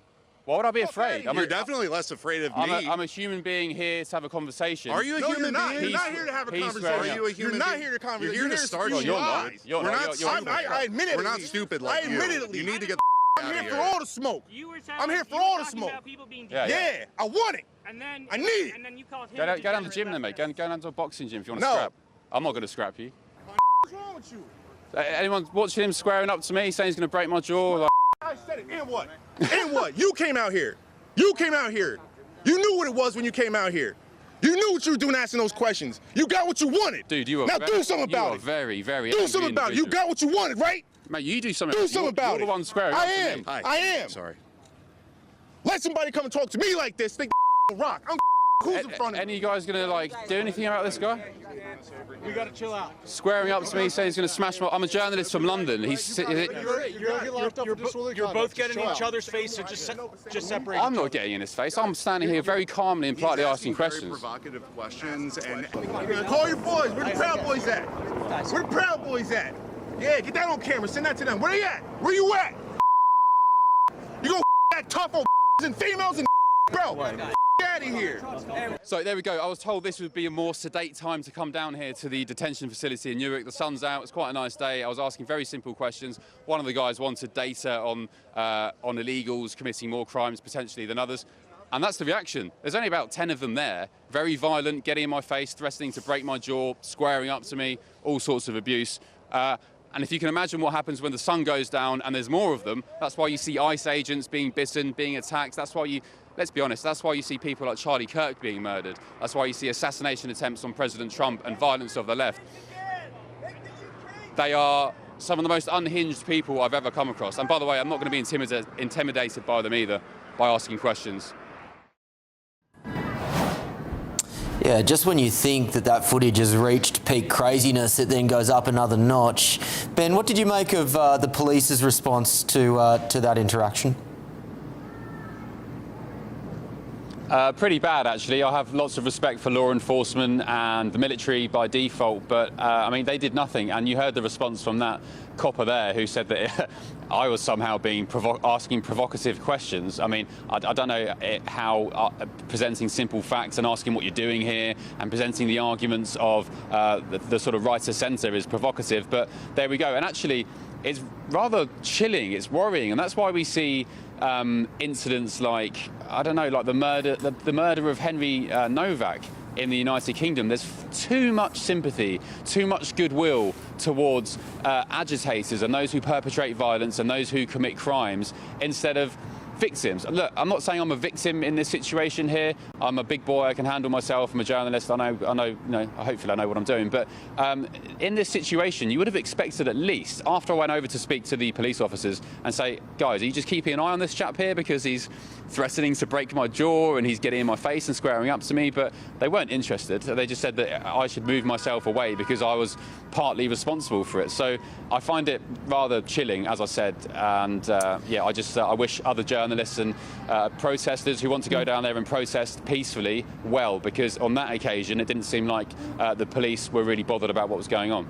What an extraordinary response to say, well, you're asking provocative questions as if somehow, in some way, perhaps you're asking for this. It is your First Amendment right as a resident of the United States to ask provocative questions. That's perhaps something I would expect of a police officer in this country, but I'm very surprised to hear that from a police officer in the United States of America that supposedly are meant to protect and safeguard free speech rights. Ben, I will ask, because this is a consistent theme that cuts across the gbnews.com/your say comments, is a concern for your safety. It is one of the wonderful things about this channel that it does feel, and in many ways is a family, and many viewers and listeners have shown their concern.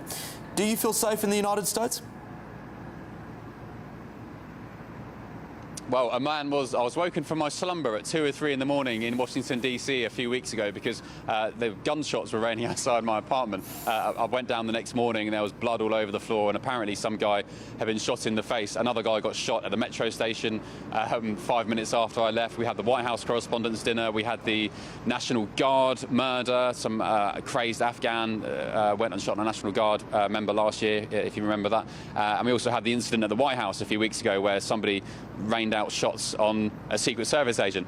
That said, I do feel relatively safe. You just got to, just keep your wits about you and just be careful. But I do feel safe, even though in Washington, D.C., where we're living at the moment, the crime stats are far higher than London. I still have that perception of safety. So yeah, I feel safe. You've just got to, as I said, be a bit streetwise, have your wits about you. And yeah, I don't really want to make this story about me and how I'm a victim in this. And, some people say how brave I am. I'm just there asking questions, and my mission is to just highlight the hypocrisy of the left and also just get their views as well. I was there for an open discussion. I wasn't there for a gotcha or to wind people up or, as they accused me of, being some sort of agitator. I was there to have an open discussion, sharing ideas, sharing points of view, because who knows, maybe they'll convince me of something that I wasn't aware of before that would make me change my mind. So that's the crux of it. But yeah, I generally feel safe. I've got the grace of God behind me. I'm protected by the Lord.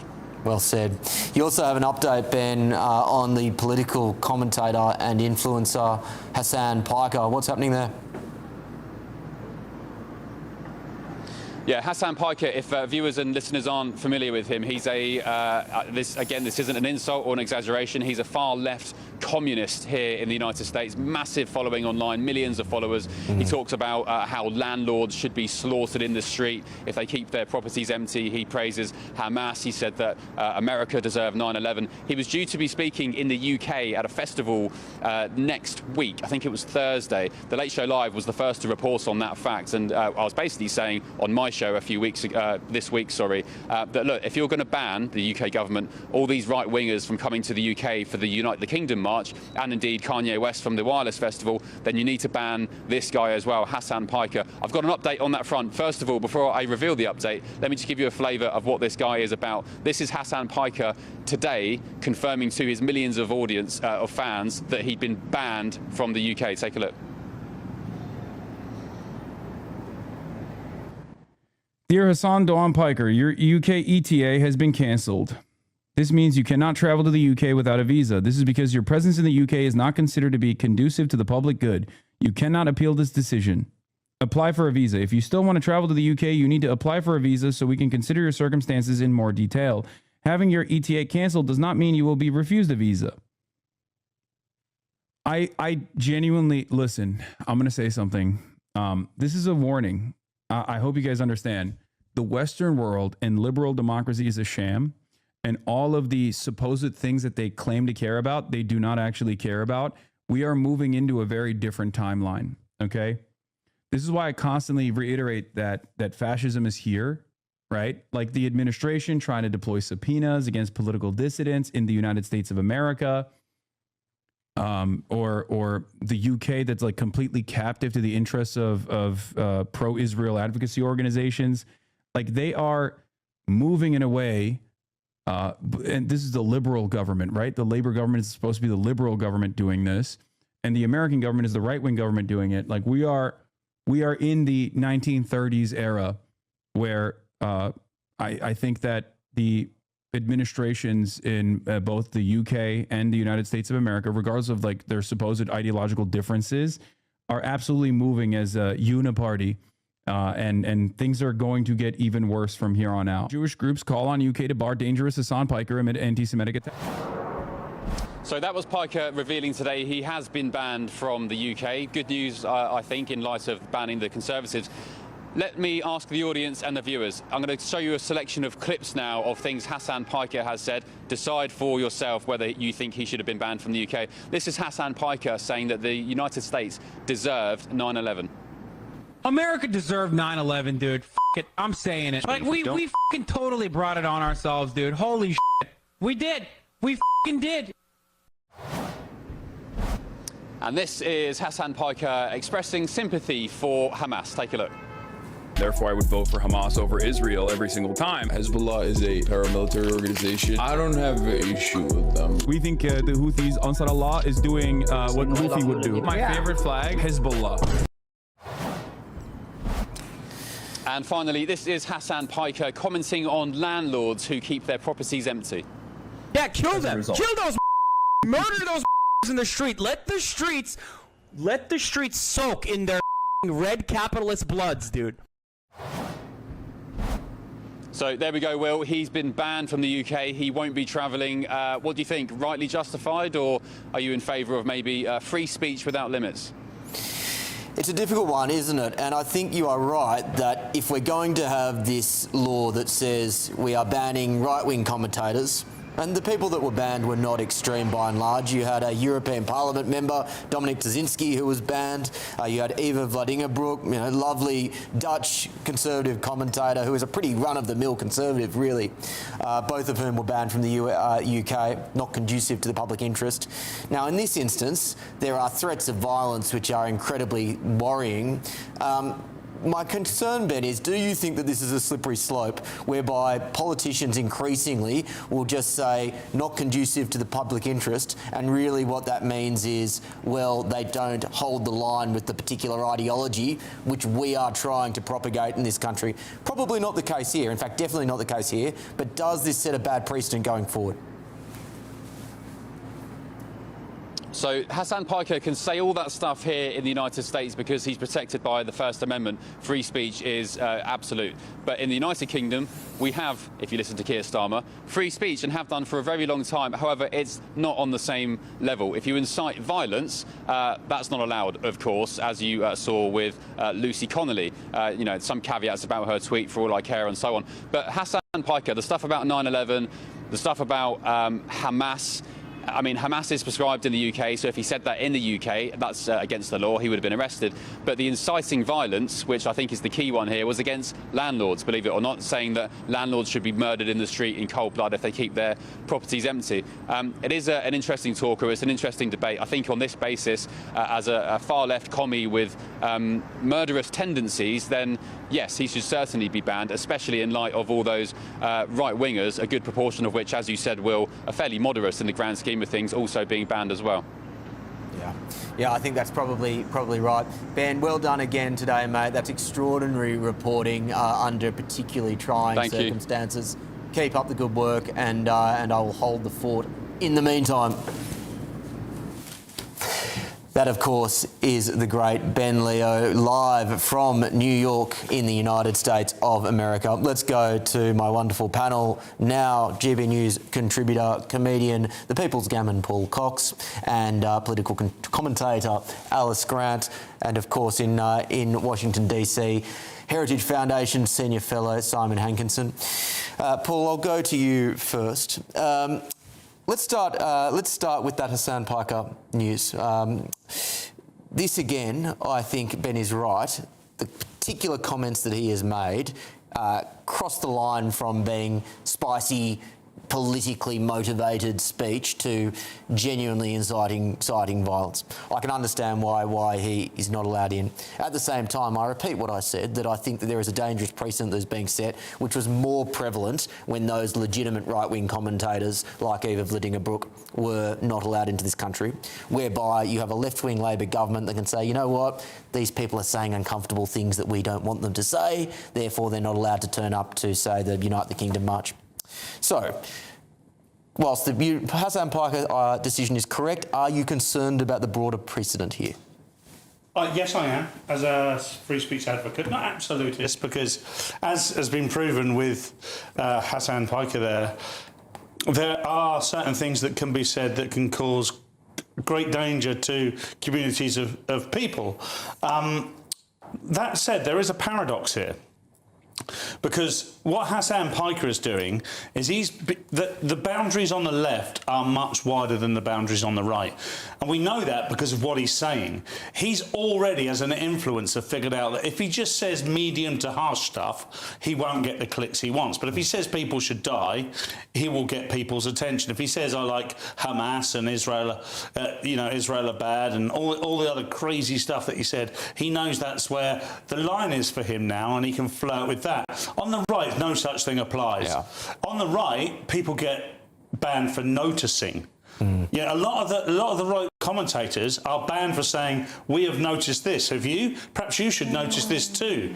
Or they've said, here's some facts for you might be unaware of, actual facts, government statistical data. We want to share it with you because we don't think you see the broader picture. That is what's considered dangerous language from a right-winger. Whereas that on the left is, well, it's frankly quite bananas, isn't it? It's like a simulation, though. When you hear him talking in the way that we might about a right-winger, we're being oppressed, this is fascism, our free speech is being removed from us. The guy is literally saying that landlords' blood should spill in the street because of an empty home. It's absolutely bonkers, and it's a grift that's gone too far. I want to bring in now Simon Hankinson in Washington, D.C. Simon, you would have heard there what Paul Cox was referring to in the United Kingdom as a double standard between the right and the left in terms of how speech is policed. Now, of course, you have the wonderful First Amendment that I'm incredibly jealous of.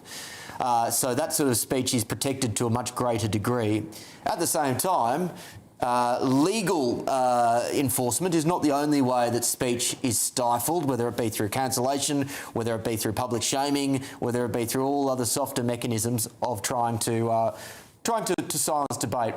The question would be, is there that same double standard between left-wing and right-wing political commentary in the United States as there is in the United Kingdom? Absolutely there is. It's not enforced in the same way, I would say, by the government, but if you go to a college campus and you try to well, I'm going to have a debate pretty soon in New York City with a guy that I happen to know and like. He's a professor. He wrote a book called Open Borders. He's an economist. He believes in no borders at all. And he has a case. He can explain it. And I'm going to defend the proposition that we should deport anyone who is here illegally. We're two intelligent people. We're going to have, I hope, an intelligent discussion, and I'm really hoping no one is going to disrupt it and make it impossible. If you tried to do that on a college campus, if you tried to discuss the proposition of what is a woman, or are there only two sexes, you would get shouted off many of our college campuses, and they have canceled, they have deplatformed, they have uninvited people who have views that are perfectly rational, and I would say scientifically accurate, or at least politically viable. So we have a sort of censorship, but it's carried out by the campuses, sometimes by corporations, by the media, who either are afraid of the controversy or they don't care and they want to enforce it because they believe it themselves. Yeah, and I think the interesting thing is that there is a link between what we saw with Ben's extraordinary interactions outside that ICE facility in New Jersey and the Hassan Piker story. We saw from the police, and tell me if I'm drawing too long a bow here, but we heard that comment from one of the police officers, well, you're asking provocative questions. This is in the land of the First Amendment. You know, Ben is well within his rights to ask provocative questions, both as a resident of the country, but then particularly as a journalist. Is there a mentality that is creeping into law enforcement in the United States that says, well, perhaps we do need to dampen free speech if it means maintaining public order? Or am I reading too much into that particular comment from that one officer?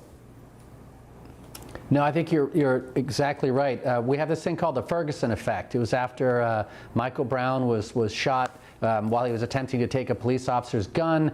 He became a cause célèbre. There was this legend that he'd said, hands up, don't shoot. The facts turned out to be quite the opposite. Unfortunately, he had just robbed a store, I think, and he was trying to take this officer's gun. The officer shot him in self-defense. It was a tragedy. But the news story that spun up around it made police officers much more cautious. If you see what happened with George Floyd, and we could go into that in great detail, but the bottom line is those cops standing outside of that facility or whatever law enforcement they were, I can understand why they're reluctant. They don't want to be the guys seen, you know, with the truncheon taking someone down, even if it's completely legitimate. And we've seen this in London too, where you have the police are far more likely to attack or to arrest people for protesting things like abortion or, you know, very small groups of you know, nationalists or people who have St. George flags or Union Jack flags than they are, you know, hundreds or thousands of Islamists out there protesting Israel or for Gaza. You know, they don't want to be the ones who are on the TV,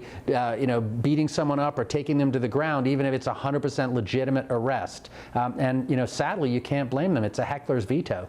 Yeah, that's exactly right. And it is a sad, consistent theme across the United Kingdom and the United States. We just heard that effect particularly of the chilling speech on college campuses and university campuses. Alice, I'll go to you on this. Out of this panel, you are the most recent university graduate. Simon, I'm making an assumption on your part. I apologise if I'm incorrect. Do you think, Alice, what is your reflections on how speech is currently policed on university campuses? Are there any improvements in this area? The government has said that they're starting to think about how do we liberalise speech. Give us an update on this. There hasn't been an improvement at all, despite academics from leading universities like Oxford and Cambridge coming together and saying that there clearly needs to be measures in place to ensure that universities are the home where ideas can flourish, where debate can happen, where people can be exposed to new ways of thinking on their campuses.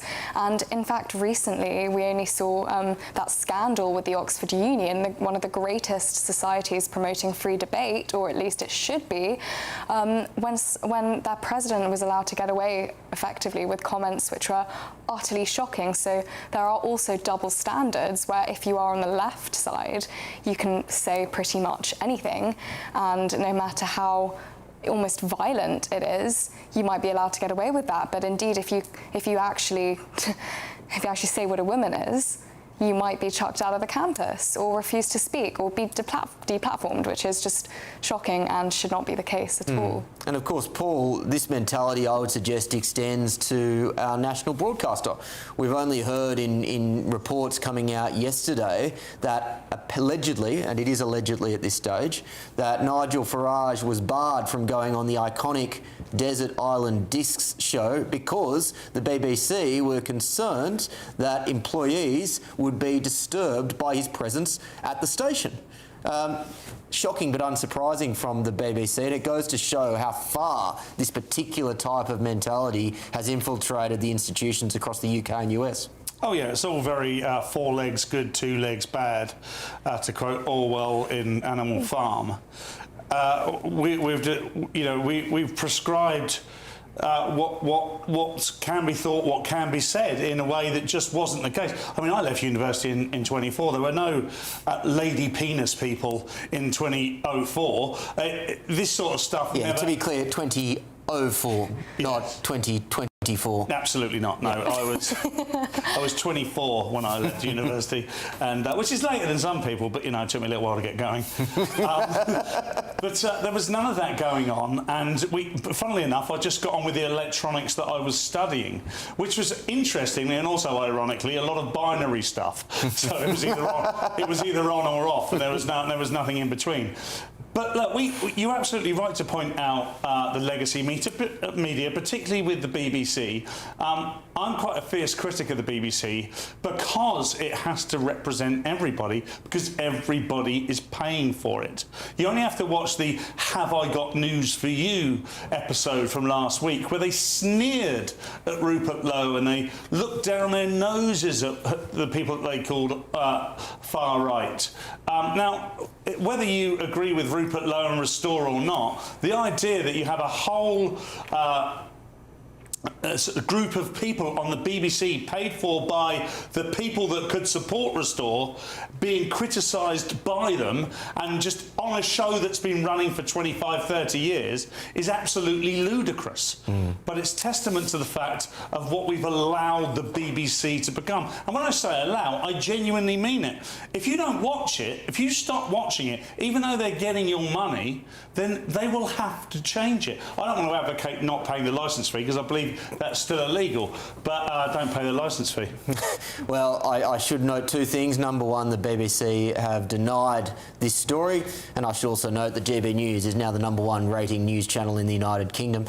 Simon, this is, as I've said, a mentality that permeates the establishment institutions across the United Kingdom and the United States.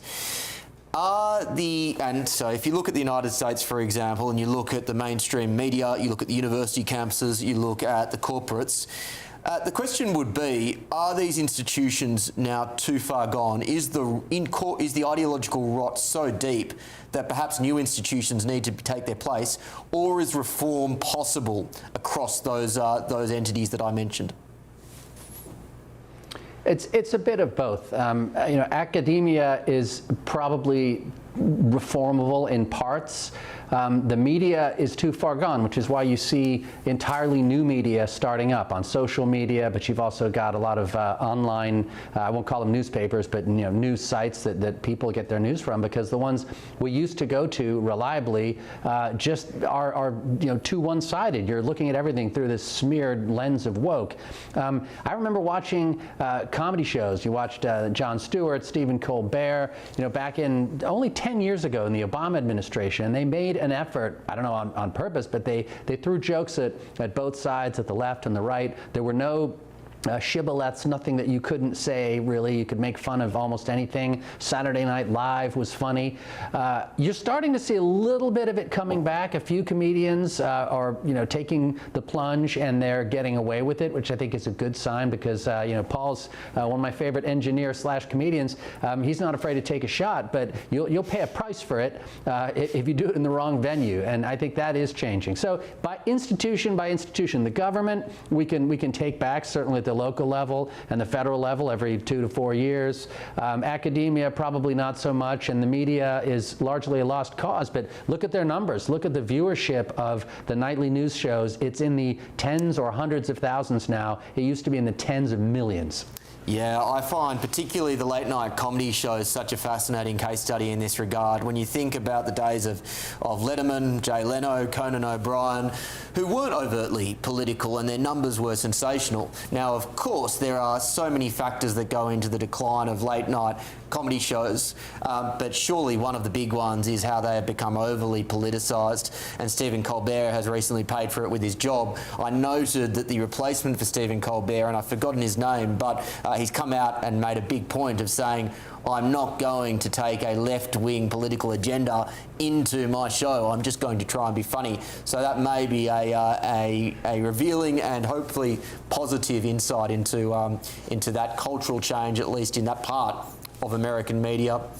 Alice, I'll throw this question to you. If you think specifically about the UK, you think about the progressive identity politics ideology across those institutions that Simon just touched on.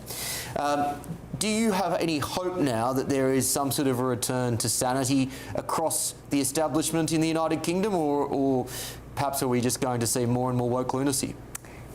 I think that there will be a shift, but it definitely is not coming from the top, it's coming from below, and it's coming from the people who watch GB News faithfully, this wonderful news channel which has given a home to so many voices which can speak for the truth and speak with common sense. It's coming from the people who rallied around Brexit when the whole establishment thought there was no chance we were ever going to vote to leave the EU. It's coming from the people who are going to vote for change in our government when the time comes. Please God, we will have a government which will be able to stand up for the values that we actually share and hold as a nation. So I'm full of optimism despite the state of everything, and I think that change will come because it has to, because for too long we've been silenced and made fun of, honestly, on the BBC, looked down upon, made to feel as though we were stupid and for voting Brexit and we didn't quite understand things. But no, we know our values and they will triumph. What a wonderful comment. Clip it up, team. Clip it up and send it far and wide on the socials. Thank you very much, panel. We will return and get your insights in a little while. Still plenty more to come on The Late Show Live, including this. I said I would cut debt and borrowing, and I meant it. My fiscal rules will get borrowing down while supporting investment. Madam Deputy Speaker, I said we would cut the debt, and we are. Well, it's been a common refrain amongst Greens politicians this year as the UK's borrowing costs hit a 30-year high. So I want to know, are we really in hock to the bond markets? We'll have the latest on the British economy. But first, this is your weather. It's The Late Show Live, only on the People's Channel, GB News.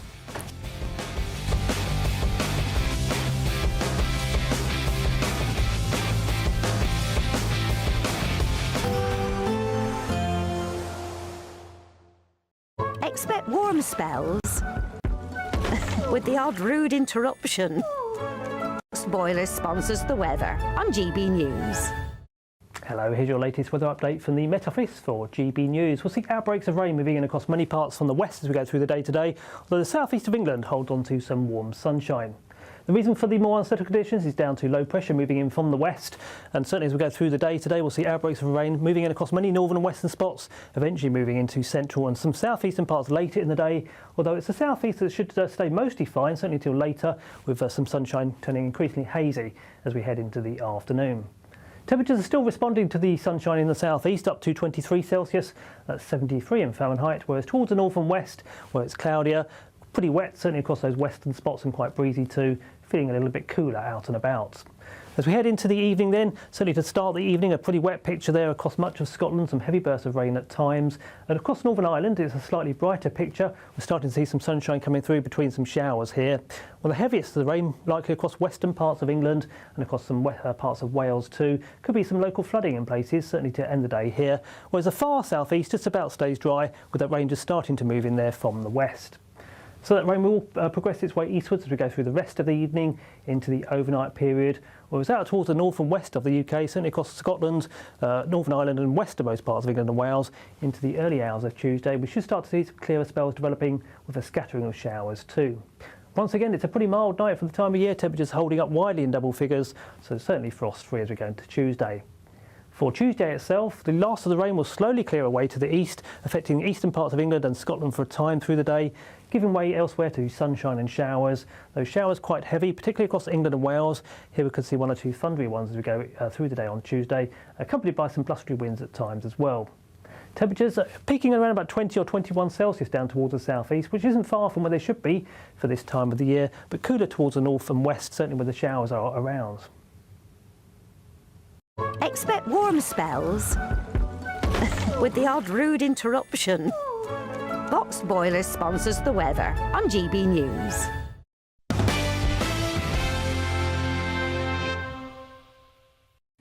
Well, Welcome back to The Late Show Live with me, Will Kingston, filling in for the great Ben Leo, who is taking on the kind and compassionate left in the United States of America.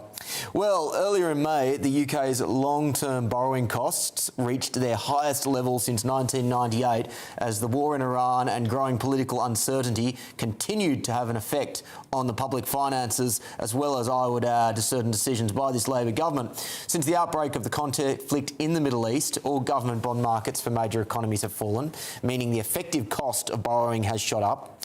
Amidst this economic uncertainty, the Green Party leader, Zach Polanski, took to the stage at a progressive conference held by Compass.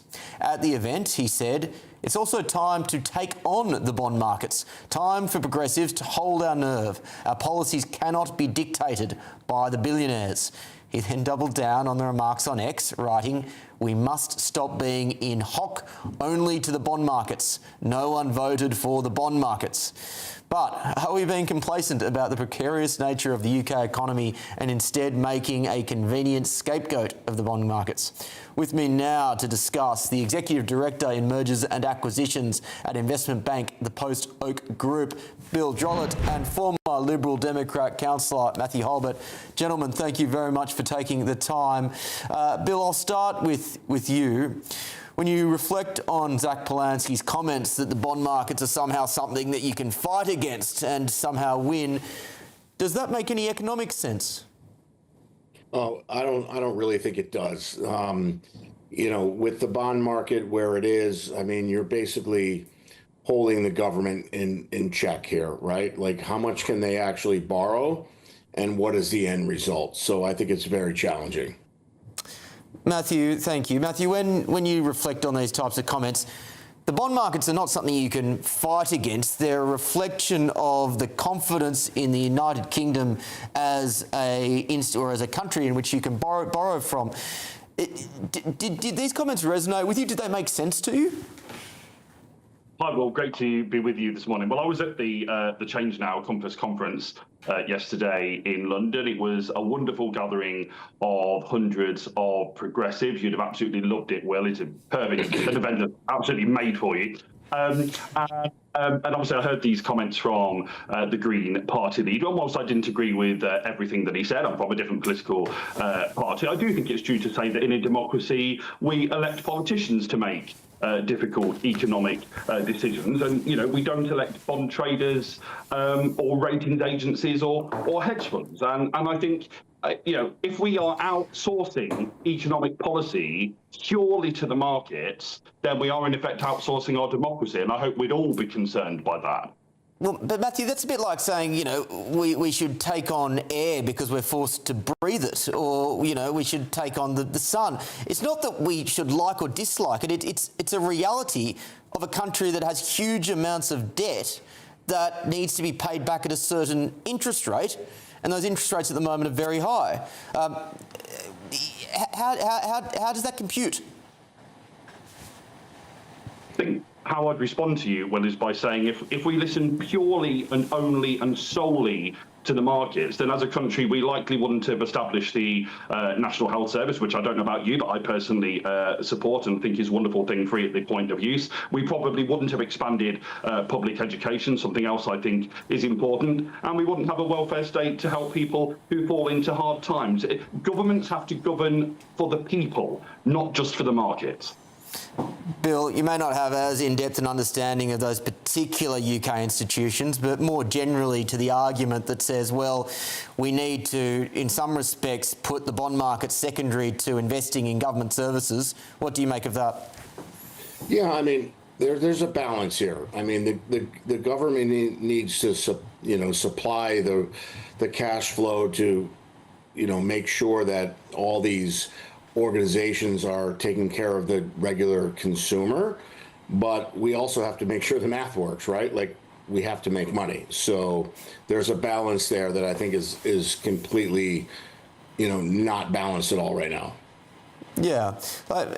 Matthew, my concern is I'm not seeing a great deal of understanding of the very basics of Econ 101 from the Greens at the moment. I'm not sure that Polanski actually really understands the implications of having high gilt yields, for example. And particularly at the moment when you have a Greens party that no doubt wants to spend a huge amount of money and they're not willing really, or I would suggest that they're not going to be able to fund all of those promises without borrowing a huge amount more money.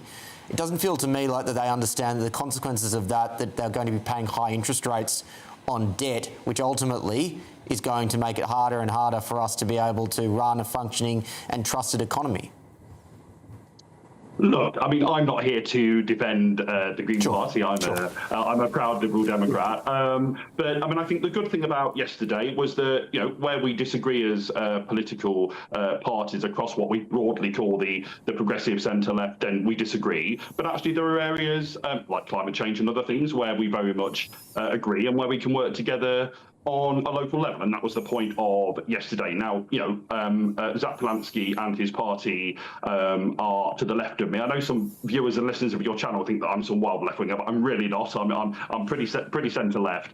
And in fact, I remember Zach Polanski when he was in the Lib Dems about 11 or so years ago, praising the austerity-enforcing coalition. So he's had quite a political journey, has Zach Polanski. But so look, I mean, I wouldn't necessarily advocate all that. I don't advocate all that the Greens say. But yesterday was an exciting day. I really enjoyed it. I heard Vince Cable and Caroline Lucas and lots of other wonderful people. And so, look, on the economy, I think we do need to be sensible. You can't ignore the markets. That would be a ridiculous suggestion. But I just repeat again that we probably wouldn't have all these wonderful things, which I certainly think are part of our fantastic democracy in the UK, if we listen purely to the markets.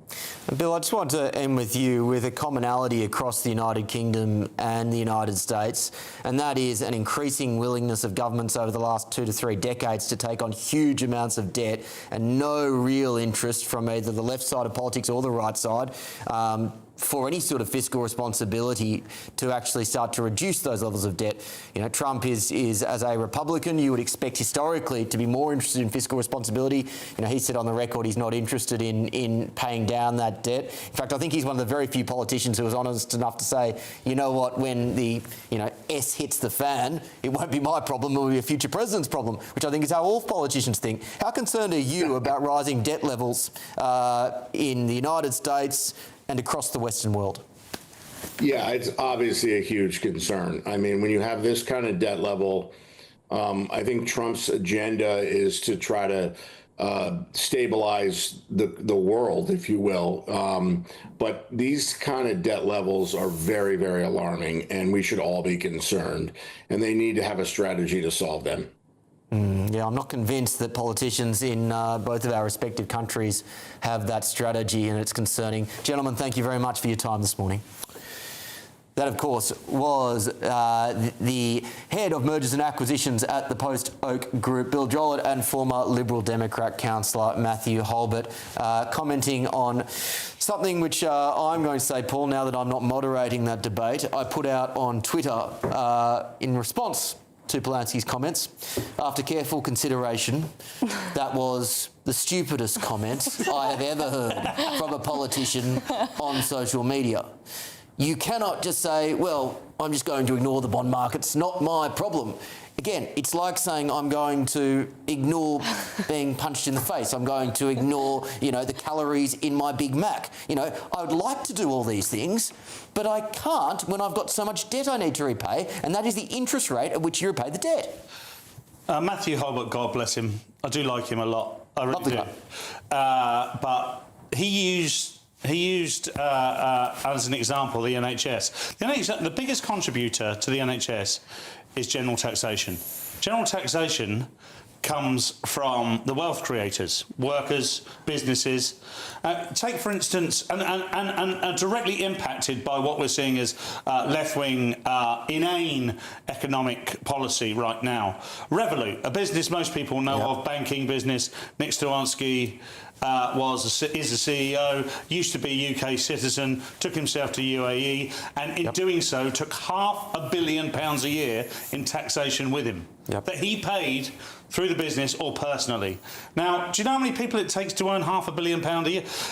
in taxation, like thousands of normal workers. The average worker pays £7,000 to £10,000 a year in taxation. Okay, so it takes thousands and thousands of people to replace one wealth generator like that. Demonising billionaires and wealth generators is the single stupidest thing you can do. You don't have the NHS without general taxation, and if you are not creating enough taxes, you don't have the NHS. I know the left don't like it, but it's just fact of economic life. So after a quick Google, and this is from gov.uk figures, the top 1% of UK taxpayers contribute somewhere in the vicinity of 28 to 29% of all income tax revenue. I'll say that again.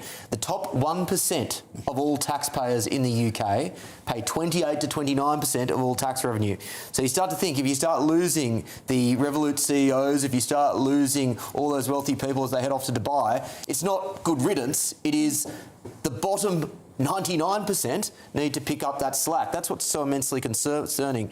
Now, Alice, I don't want to blame you for this because you're a very sensible young Gen Zer. But at the same time, the Greens are hugely popular amongst Gen Z, and this sort of mentality of, well, you know what, let's just max out the credit card seems to resonate with your demographic. Well, once we start working and actually paying these taxes, we quickly realise that tax is far too high. Left-wing economics is disastrous for the individual, and this sort of tweets about the bond markets is ridiculous. I could laugh so hard at this kind of anti-capitalist rhetoric, like it's some kind of, you know, cool new fad, when really it's just pie in the sky. And honestly, I mean, it does tell you a lot about my generation. But I think as soon as you start actually working and contributing with taxes yourself, you very quickly realise that this is just unsustainable. Well, hopefully some people do. There's still a lot of taxpayers that don't see common sense in both the United Kingdom and the United States, which is where we're going now to Simon Hankinson, Senior Research Fellow at the Heritage Foundation. Simon, I want to get your thoughts on the door that I opened regarding US debt. Now, at the moment, I think it is the biggest problem that the world is facing that not enough people are talking about, and that is just the accumulation of debt in the US and across Europe and the West more generally. And governments don't have the appetite to fix it because that involves taking money away from people. And with short electoral cycles of 4 years or presidential cycles in the US, 5 years here, 3 years in my home country of Australia, politicians feel they can just keep kicking the can down the road. This is a looming catastrophe, isn't it? Yeah, it's a huge problem. We have a political sage here, the Raging Cajun, James Carville, that your viewers might not be familiar with, was an advisor to President Bill Clinton. He once said, if I get reincarnated, I want to come back as the bond market because everybody would be terrified of me. And as you guys have said, the bond market is a reality. If you borrow money, you've got to pay what the bank wants. I remember in Britain, you have mostly floating interest rates, times when they got up, to 15, 20%. Which was killing people. Here we have a lot more fixed mortgages, but the government has been borrowing cheaply for the past couple decades, and all of a sudden it's caught up with us. I think our defense spending now is actually lower or close to our debt repayment interest. And pretty soon, look, Argentina is the classic example. This was one of the richest countries in the world in 1920, 100 years ago. And then they've defaulted, what now, 5 times on their bonds? Each time they wait 10 years and come back in. The United States can't do that. I don't think Britain can do that. Britain's already went up against George Soros once with the pound, had to be bailed out by the IMF in the 70s. It makes everyone poorer. You've got to be fiscally responsible. And sadly, in the U.S., even conservatives, Republicans, as you say, for electoral reasons, they aren't willing to be the bad cop here. They're not willing to say what people need to hear. Yeah, well, look, it's interesting. You mentioned Argentina. They're actually starting to improve their fiscal position under Milei by embracing free market economics, by reducing the size of the state. So it goes to show it can be done if there is the political will to do it. But I'll follow up with you, Simon, here, because it feels to me like there is now no longer anyone with the political appetite to be able to sell difficult policies to people because it requires trade-offs. Now, the ultimate example of that is in this country, where you just have left-wing politicians say, well, the simple solution is just wealth taxes. Tax the billionaires more, basically, and everything will be solved. That is rhetoric that you hear from the Greens. It's increasingly rhetoric that you hear from the Labor Party. Do you get that similar type of rhetoric coming from the Democrats and the left side of politics in the US? What's the vibe like there? Yeah, we're getting it, but not at the federal level. At the federal level, right now at least, it's more of a tax cutting for jobs growth under a Republican administration. But we're getting it at the state level. The state of California has come up with a billionaire tax, and everyone who's run the numbers can show that you actually end up losing because the people, the Beatles left Britain in the 60s because they got taxed too much.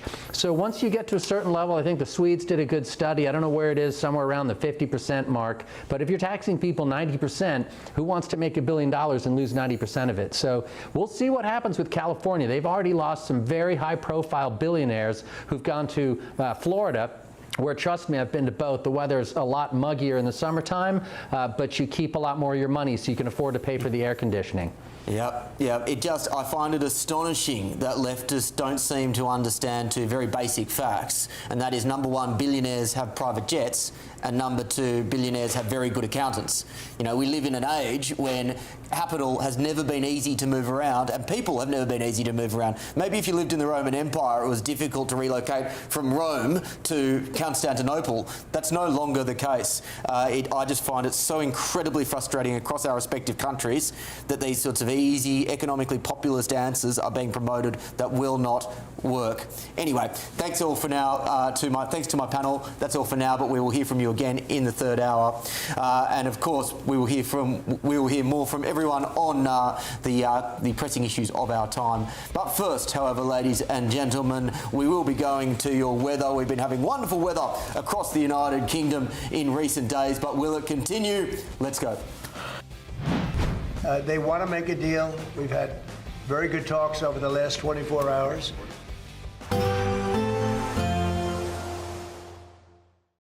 Today, clouds overhead, total zen within.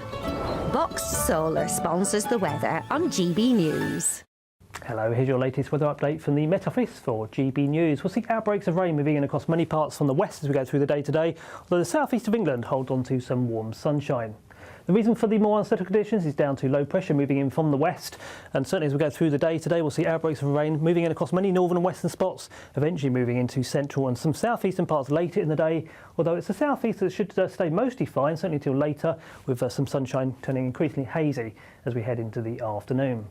Temperatures are still responding to the sunshine in the southeast, up to 23 Celsius, that's 73 in Fahrenheit, whereas towards the north and west, where it's cloudier, pretty wet, certainly across those western spots, and quite breezy too, feeling a little bit cooler out and about. As we head into the evening then, certainly to start the evening, a pretty wet picture there across much of Scotland, some heavy bursts of rain at times. And across Northern Ireland, it's a slightly brighter picture. We're starting to see some sunshine coming through between some showers here. Well, the heaviest of the rain likely across western parts of England and across some parts of Wales too. Could be some local flooding in places, certainly to end the day here. Whereas the far southeast just about stays dry, with that rain just starting to move in there from the west. So that rain will progress its way eastwards as we go through the rest of the evening into the overnight period. Well, it's out towards the north and west of the UK, certainly across Scotland, Northern Ireland and westernmost parts of England and Wales into the early hours of Tuesday. We should start to see some clearer spells developing with a scattering of showers too. Once again, it's a pretty mild night for the time of year, temperatures holding up widely in double figures, so certainly frost-free as we go into Tuesday. For Tuesday itself, the last of the rain will slowly clear away to the east, affecting the eastern parts of England and Scotland for a time through the day, giving way elsewhere to sunshine and showers. Those showers quite heavy, particularly across England and Wales. Here we could see one or two thundery ones as we go through the day on Tuesday, accompanied by some blustery winds at times as well. Temperatures peaking around about 20 or 21 Celsius down towards the southeast, which isn't far from where they should be for this time of the year, but cooler towards the north and west, certainly where the showers are around. Today, clouds overhead, total zen within. Box Solar sponsors the weather on GB News. Britain deserves a newsroom that puts the facts and your voice first. Well, and that's what you get on GB News. Lively debates, lively conversation. And we're not afraid to hold power to account. And each other. So join me, Andrew Pearce. And me, Miriam Gates, for Britain's Newsroom, weekdays from 9:30 on GB News. Bold. They are under no illusion. Ray. Are you a human trafficker? Boundless. I've had enough of the nonsense, and I'm not afraid to say it. Don't get this on the BBC. Every weeknight, I tear through the headlines. The smell of gasoline. Should we be worried about it? From Westminster madness to cultural war chaos. I'm going to do now, they are throwing things out the car as we speak. Get ready, Britain. Here we go. Patrick Christie tonight, weeknights from 9 p.m, only on GB News, Britain's news channel. From the school run to the home run, watch a new show for all of Britain. So he can say whatever he wants. A straight talking show where all voices are heard.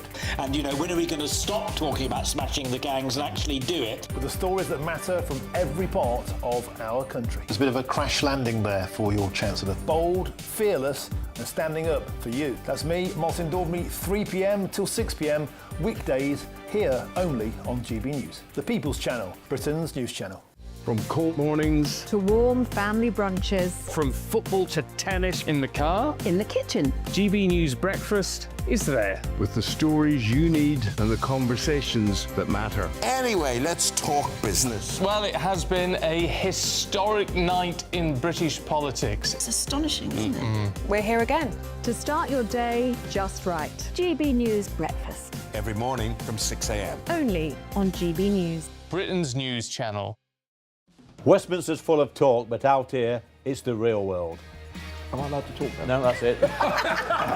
This is where it matters, real people and real lives. That's what politics is all about. In fact, has Trump made a good start? No. Straight answers, no spin, and just a couple of pints. How many fingers have I got up? About 10. So join me for Lee Anderson's Real World every Friday at 7 p.m, only on GB News. The People's Channel, Britain's news channel. Westminster, the ultimate clique. And you're fighting like rats in a sack. But here on the Camilla Tominey Show, we ask the questions the establishment media is too scared to ask. OK, let me ask you a straight question, because I know you're a straight-talking politician. Whether it's net zero, illegal immigration or law and order, nothing is off limits. You had the power then. Yeah, as I and say, now you've lost it. That's the Camilla Tominey Show, a politics show that's fearless. But no, let me finish my question if you don't mind, because it is my show. Sundays at 9:30, only on GB News, the People's Channel, Britain's news channel.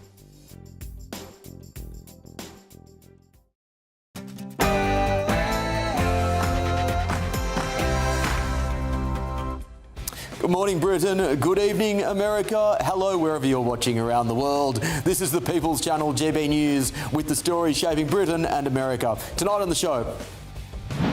That don't kill me, can only make me stronger. Yeah, I won't even try. That was Kanye West's hit song Stronger. Well, the US rapper has seen his future concert date in Italy cancelled owing to public order and safety concerns. Is this an appropriate act or is it simply cancellation? Also, if you don't know what's going on, why are you still Prime Minister? interesting question. Kemi Badenoch has hit out again at the PM, but she doesn't just want a change in Downing Street, she wants a complete change in Parliament. Perhaps unsurprisingly, the Leader of the Opposition is eager for more teachers, engineers, electricians and builders to enter political life. Also, they want to make a deal. We've had very good talks over the last 24 hours. Except those comments were made nearly a month ago. Is a peace deal actually going to be achieved in the near future? We've got all matters Iran and the Middle East coming your way. Finally, we used to have an unwritten social contract that each generation would do better than the last. That contract's being broken, and these young people, 1 million young people not in education, employment and training and rising, they're on the front line of that broken contract. It's a crisis that we need to come to grips with. According to new research, young people are facing a growing crisis amidst financial hardship and other factors such as fewer youth clubs and community centres. This is in addition to those startling youth unemployment numbers that came out last week. We'll be having that debate in a moment. I'm Will Kingston and this is The Late Show Live.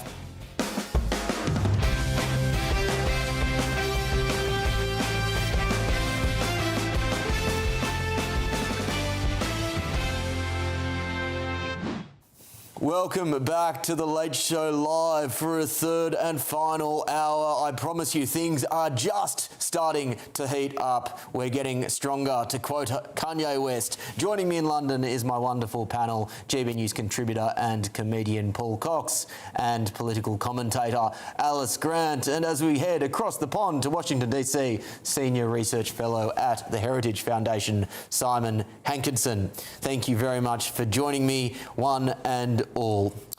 Moving on to our main news story for this third hour, and that is on Kanye West. The controversial rapper has seen his future concert date in Italy cancelled owing to public order and safety concerns. The 48-year-old rapper was due to perform at the festival in Reggio Emilia. Trust the Australian accent to ruin Italian place names. The city's prefect stopped this due to concern from the local Jewish community about past anti-Semitic comments from West. In addition, a concert forecast to start on July 17th with Travis Scott has also been cancelled owing to the festivals being held on consecutive days. But Kanye West did perform a barnstorming set that drew more than 100,000 people to a raucous concert in Istanbul on Saturday, people who seemingly don't seem to mind about his past comments. So are people voting with their feet to show their disapproval of cancel culture, or is the pulling of the event appropriate? Paul, I'll start with you on this because I do have mixed feelings here because I am a rapper. Well, I'm a rapper, and Kanye West has held my career back for many years now. We've always said that. Yeah, that's exactly right. So that's my first point of contention. But above and beyond that, I'm firmly against cancel culture. At the same time, there are past comments that Kanye has made that are morally reprehensible. Absolutely morally reprehensible. Yeah. Now, he's even now done the whole mental health card and said he was not in his right mind at that time. He's tried to build bridges with the Jewish community. He's made apologies. But nonetheless, you can't take back what he said. Are these responses from the Italians appropriate? I'm surprised by the Italians, actually, but I thought it was a slightly more sensible country these days. Look, the only people that should be making the decision on whether Kanye West should be performing are those that would go. If he puts a concert on in Italy and nobody goes, the people have spoken. If he puts a concert on in Italy and 100,000 people go, well, I'm sorry, Mr. and Mrs. Politician. It's tough luck. The people have chosen. You know, there are many artists that have said and done some crazy things over the decades, hundreds of years, but still have produced incredible art. And this is an ongoing argument and always will be. Can we separate the person from their art? There are plenty of people who still love Kanye West. His comments, particularly around Adolf Hitler, were abhorrent. But look, he's tried to make amends, and I'm like you, Will. I don't believe in this level of cancel culture. I don't believe that anyone should make that decision other than the people that would buy the tickets. And if they don't go, then there's no concert. Yeah, look, I think that's a very fair argument. It's an argument I have a lot of sympathy for. In order to play devil's advocate, though, Alice, West, this is not past historical comments that have been raised not just 20, 30 years ago. These are comments that have come out very, very recently. Paul, I'll go back to you whilst I think of it. Heil Hitler was a song that West released in 2025. One year ago. The concern would be not about free speech in this instant, as I understand it from the Italian government, but that if he was to perform a song like that, it would potentially instigate levels of violence against the Jewish community. Look, let's have it straight. That would be considered a hate crime. Whether you agree with hate crimes or not, that's what it would be construed as. I have on this channel and in my own life defended the Jewish people, defended Israel very often, and obviously I find that song to be offensive in some way. I have never heard it actually, but the idea that I would enjoy that, I don't think I would. I just don't think I would because obviously Adolf Hitler was a bad man. I don't know if you are aware of this. Thank you for putting that on the record. No worries, mate. But, you know, we got our own history over here, and look. I still fight against this whole let people decide, let the individual decide. Now, there is a point, and you're pushing me on where that point is. And the point probably is if you write a song called Heil Hitler. Well, the point is the law, isn't it? Because as you said, like, if that's construed as a hate crime, which it would be, then you're breaking the law and you face the repercussions in the law. What's more broadly at stake here is, as you said, this line between when should a state intervene in art, in culture, in popular culture, essentially. And if we start this precedent, as you said earlier, Will, of banning people from entering countries simply because of their views, obviously anything that incites violence, that is unacceptable. But the state is becoming more and more interventionist, and that's worrying because it will be used gradually and more frequently against people whom there is absolutely no reason to ban them. Yeah. Let's go to Simon Hankinson in Washington, D.C., a country that has much greater free speech protections than what we have here. Simon, I've made no secret of my personal affinity for the First Amendment. I'm oversimplifying, but the free speech is absolute in the US with the extent of incitement to violence, which is a very high bar in comparison to European countries, and defamation, which can be pursued through the civil courts. How do you feel about the cancellation of rappers like Kanye on public safety grounds? Yeah, I have to admit, I have a hard time with this one. I can't come down 100% on either side. I've only heard, I think, one of his songs. I think he's called Yee now, by the way. It's in New York State of Mind, because they made a parody of it called New Hampshire State of Mind. But yeah, he said some stupid things. Sometimes, he talked about going Death Con 3, but it was spelled D-E-A-T-H, which of course is wrong because it's deaf as in D-E-F. So, what he says isn't always logical. I have not heard of this song that you mentioned about Hitler. I know he said some things, put out some T-shirts and, merch to try to get a buzz and get some clicks. So, I guess where I might come down is where the old TV shows in the 50s did. We know when they had Elvis on, they said, hey, you can come on, but you can't do the pelvis thing. Or you say to someone like Kanye, look, here's 5 songs you can't play, and if you play them, you've crossed a line. Because he has apologized. I actually do think he is bipolar or is battling some mental illness. I don't think that's an excuse. He's not making that up. I mean, I've watched this guy in public, especially with his wife, so there's something going on there. And I'd probably say you can play, but here are the lines you can't cross. Like Bob Vylan, that I believe he's British nationality, who's been allowed to play Glastonbury. I'd put the same kind of rules on him. There's things you can't say, but you still get to play even if I don't want to listen. Yeah, Kanye's West's wife has had some pretty outrageous costume choices in the public eye in recent years. Australian, apparently. So that's a fantastic cultural export from Australia. Simon, I'll follow up with you there because the United States government, and J.D. Vance particularly, has been very strong on pressuring European countries on their free speech laws. And in some cases, he's actually threatened to tie trade deals with free speech protection in countries like the United Kingdom. He said lines to the effect of no speech, no trade. What do you think of the principle of the United States making particular trade deals or conditions dependent upon the United Kingdom or European countries making greater efforts to protect free speech in their home countries? Well, I'm not against trying to use it as leverage, but frankly, I don't see it as being all that likely that we're going to hold that against the UK or France or Italy when we don't hold it against Saudi Arabia and a bunch of other countries. But I think the Vice President has a very good point, which is that in Europe, at least, and in Britain, it tends to be conservatives who state facts that are suppressed. And in the United States, it's people who you really have to cross a much more serious line. They don't seem to suppress people who are anti-Semitic as much. It's when you say things like, mass migration is bad. We think it's not good for social cohesion. If you point out what Ben Leo was pointing about crimes committed by various immigrant groups, they differ dramatically between, say, people from Afghanistan, Somalia, Pakistan on the one hand, or Japan and Norway on the other. These are just facts that we can have out there, and then we can decide what the facts lead us to in terms of policy choices. So I think the president is wise to point it out. What kind of an impact it will actually have on trade negotiations, I would think wouldn't be quite that dramatic. Paul, I'll finish with you on this topic with a broader reflection on the free speech regime in the United Kingdom.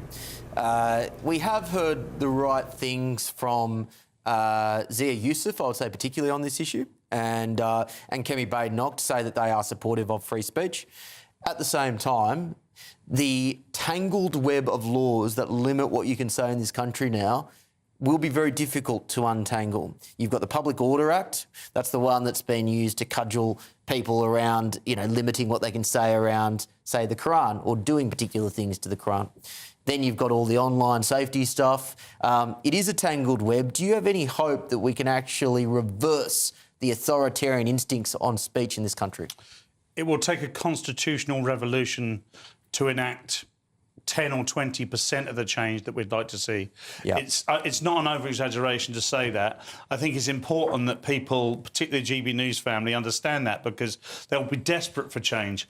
But it doesn't matter. You could, let's just say, and we see this argument on the right the whole time, let's say Rupert Lowe's the furthest to the right, OK? Let's just say restoring government, and restoring government by Christmas for the purposes of this debate. Yep. Rupert Lowe will not be able to enact any of his changes because of the blob. Yeah. He can set about doing whatever he likes, but right now, the civil service believe that it's very likely the next Prime Minister will be Nigel Farage, and they are actively working, as we speak, to make sure he is unable to enact the change he wants to the point they're making some of it illegal. Yeah, this is why, the David Starkey thesis that there needs to be a great repeal bill to try and bring the Constitution back to pre-1997, a pre-1997 position before Tony Blair's constitutional vandalism is so important. So what I would say just to that is, if somebody's got a mandate, let's just look at very quickly. If we look at Keir Starmer,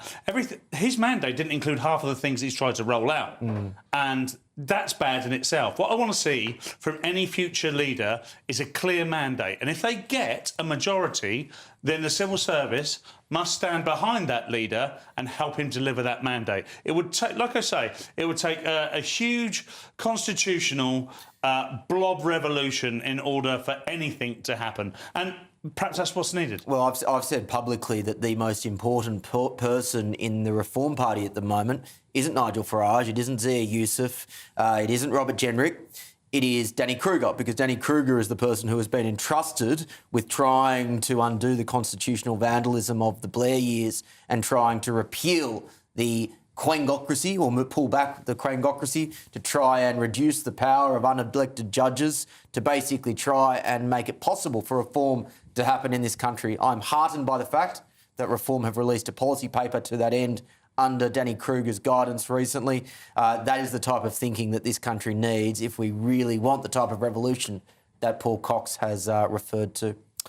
Let's move on now to a fellow, or to the leader, I should say, of the Conservative Party, Kemi Badenoch, who has pledged that the next generation of MPs will be focused on the big decisions, and that Parliament's busy schedules shouldn't prohibit people from professional backgrounds entering Parliament. The leader of the opposition is eager for more teachers, engineers, electricians and builders to enter political life. Writing for The Telegraph, she issued a call to arms for people who thought a political career would be too risky to join the fray.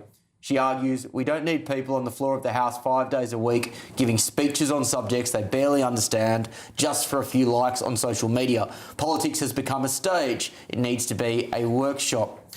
Well, I want to go to my panel on this, and noble sentiments from Kemi Badenoch, but at the same time, Alice, I would suggest that the Conservatives have been as guilty as anyone of promoting career politicians at the expense of people with real-life experience over the last 15 or 20 years, the end result, and I don't think this is party political, I think this cuts across political parties, is we see the lowest quality of political leadership in this country. And I would suggest, by the way, across Western countries, it's the same in Australia, for example, the lowest calibre of political leaders, arguably in modern history. Is that reversible? Is that reversible? Well, I mean, as you rightly said, the Conservative Party are sort of the stereotypical pantomime political party, really. All puff and no actual action for decades. As you said, a great repeal would have been so greatly needed decades ago, and that should have been the first thing that happened when they got in. But anyway, here we are. In terms of the standards of the calibre of politicians, the only way that that will ever go back to sort of where it was, I'd say even in the 70s, where you had those great shows where politicians were actually grilled on their ideas and their ideology, and they could actually speak for what they believed in. And I'm thinking about the interviews with Tony Benn or Barbara Castle, people who had actual thought-through ideas and educated the British public rather than just create theatre for them. That would mean that our politicians have to start being honest and truthful, and we need a major ideological shift for that to happen. And it's not necessarily about politics turning into a workshop or trying to, again, diversify politicians. It's just about having people in place who can actually explain why they believe in what they believe in. And I hope we see that with reform, and I think we do, because politicians like Nigel Farage have been very successful on the stage, so to speak, but they also are driven by very clear ideas about how they see the government, how they see that the best way for Britain to govern itself as a nation. Yeah, so I've just pulled up some data, Paul, and it confirms what I suspected, and that is that fewer than half of the front bench in this country today have any real private sector experience. And only one cabinet minister, this is Scotland Secretary Ian Murray, has ever set up their own business. And yet these are the people that are in charge of the economic future of this country. They're in charge of industrialisation policy. They're in charge of everything. And yet none of them, with very, very rare exceptions, have ever had any experience with balance sheets, with HR, with all of the nuts and bolts of running a business. And guess who else hasn't? The people that are charged with helping them out, i.e. the blob, the civil service, the wider institutional organisations across the UK. These people have the first idea about how to start a business, run a business, keep it going, stand by certain things, concede when you don't believe. There's far too much indoctrination, far too much ideology. Oh, fluffy, fluffy, lovely, lovely, or whatever this left-wing politics is. We have to decide as a nation, what do we want to be? And if the majority of us want to return to normality and be successful, then I think it's going to require the revolution I talked about. It's going to require some people just standing aside and letting the grown-ups get on with it. Yeah, let's bring in Simon Hankinson in Washington, DC. Simon, is the rise of the career politician and the corresponding decline in the amount of people with real-world experience as big a problem in US politics as it is in UK politics? Yeah, it is, and also their declining eloquence. Although I'm very hopeful because Marco Rubio, J.D. Vance, and even some on the other side are actually able to string sentences together. But my favorite example of this is we had Mitch McConnell and Chuck Schumer. So they're from different parties, but both been in politics forever. Schumer, I'm not sure he ever had a job outside of being a senator or congressman, but he was doing a commercial like a year or two ago. On a holiday, I think it was Memorial Day or Veterans Day, and he was barbecuing. So they had a picture of him in an apron, and he was barbecuing, and he had put cheese on top of raw cheeseburgers, raw hamburgers on the grill, which is anyone who's ever actually barbecued a cheeseburger knows you got to grill the meat, and then you put the cheese on, or else you're going to die of botulism or something. And I think that kind of summed it up. This guy had never barbecued a cheeseburger before in his life. He's probably never driven his own car. He's been driven around. It's not good. You got to know what it's like. I've had 24 jobs. I've driven a cab. I've done construction. I've been a busboy. I've waited tables. And you learn what it's like in the real world, and then that helps you when you're managing people to be more respectful, more responsible as a leader. Yeah, allow me to botch Shakespeare, Paul, but granted. The fault, dear Brutus, lies not in our stars, but in ourselves. To what did I get that right? Pretty much. Pretty much. Yeah, let's run with pretty much.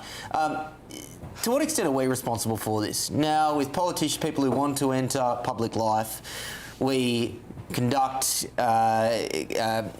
archaeology on their what's the offence archaeology on their social media, dredging up every possible thing they've said which may be slightly controversial before entering politics. We invade their privacy. We don't pay them a huge amount of money, good salaries, but not as much if they're talented as what they would get in the private sector. We hammer politicians. Most often deservedly, but we hammer them. The best that most of them can hope for is grudging respect from 50% of the population. Most of them don't even get that. Are we to blame for the rubbish quality politicians that we now see? You and I. I don't think we are. I think it's Simon, actually. It might be Alex, but it's definitely not you and I, Will. Look, but perhaps, and I've worked indirectly in local government. I, like Simon, have had many jobs in the real world. I've also started up my own business, which I still run when I'm not doing my media work. And it's difficult, but it shapes you in a way that you're just not shaped if, for instance, you become a career politician or a teacher or a lecturer. Because what happens is you go to school, you finish school, you go to college, you finish college, you go into the job, and you carry on, and you just work within the bounds of the restrictions of your education. And you don't do that once you've been out in the real world, because what the real world teaches you is you have to be flexible. We're going to have to. We've got 650 constituencies in the UK for a start, so we would probably have to consider reducing that, which means more people are represented by less people. We'd have to consider the sort of thing that we want from our leaders, and we'd have to accept that perhaps they're not always going to be politically correct, because the sort of person you want to lead your country is the sort of person who isn't going to give a damn necessarily about political correctness, DEI, equality of outcome. They're going to be driven purely by success and meritocracy, which are things now that are frowned upon. Really are frowned upon. So you're going to have to choose between kind and lovely or successful and a future. And that is what we're going to have to choose between. So partly to blame because we've just become so soft. We've just become incredibly soft, and because of that, we find ourselves in this position where, 300 of those Labour MPs wouldn't get a job, in the real world, let alone, make a career for themselves. Sort of controversially, I'd say that I care less actually about the experience and more about can they articulate truly and intellectually what they're there for and why they're in politics. Because why even give up your successful business to come into politics if you get there only to always toe the party line, to repeat the same sort of mantras as the leader of your party without really understanding how that might affect real people, and essentially have nothing to contribute to the political discourse that could be of interest. We need people who are driven actually by something much greater than themselves as to why they're in politics. I want to see 600 Nigel Farages who actually have something to offer and who can really shift this country into a different gear. And I think you can be 23 and out of university. I think you can be successful for 20 years in the city and then decide that actually you have something to offer. But I first became involved in politics at 16, and everyone was always telling me that I really had no life experience, blah, blah, blah, but I knew what I believed in and I could articulate it. And I think what's really missing in the vacuum is really in that sort of energy and that belief. So this is interesting. I think this is a separate but related issue, and that is the decline of the conviction politician. Now, back in the days of Thatcher, you knew what Thatcher stood for. You knew that there was an agenda there. Even a Blair had the Blairite project. I didn't agree with it, and as we've talked about that sort of constitutional vandalism, I don't think that project had positive implications for the United Kingdom. But it was a project. I think the thing which really riles people up about someone like Keir Starmer is that he has consciously and publicly stated there is no such thing as Starmerism. He doesn't appear to have any sort of driving vision or ambition. If we can go to Simon in the US, because I think that this is perhaps maybe less of a problem in the US, in that, you know, Obama had some sort of a vision. Trump obviously has some sort of a vision. Biden maybe a bit more technocratic. But what do you make of the decline of the conviction politician and the rise of this sort of technocratic managerialism, which has certainly taken hold in the UK, perhaps if not the US? Well, first, I just want to say I'm looking forward to seeing Alice Grant MP in the next 5 to 10 years. I think she could be your AOC on the other side and speak very eloquently for her generation. Yeah, look, we've come and gone with politicians. We've had some complete, charlatans in the past, people who are just in it for the money. We've also had some conviction politicians who were doing it because they wanted to help the country. And I mean, whatever you think of Donald Trump, the guy had made enough money.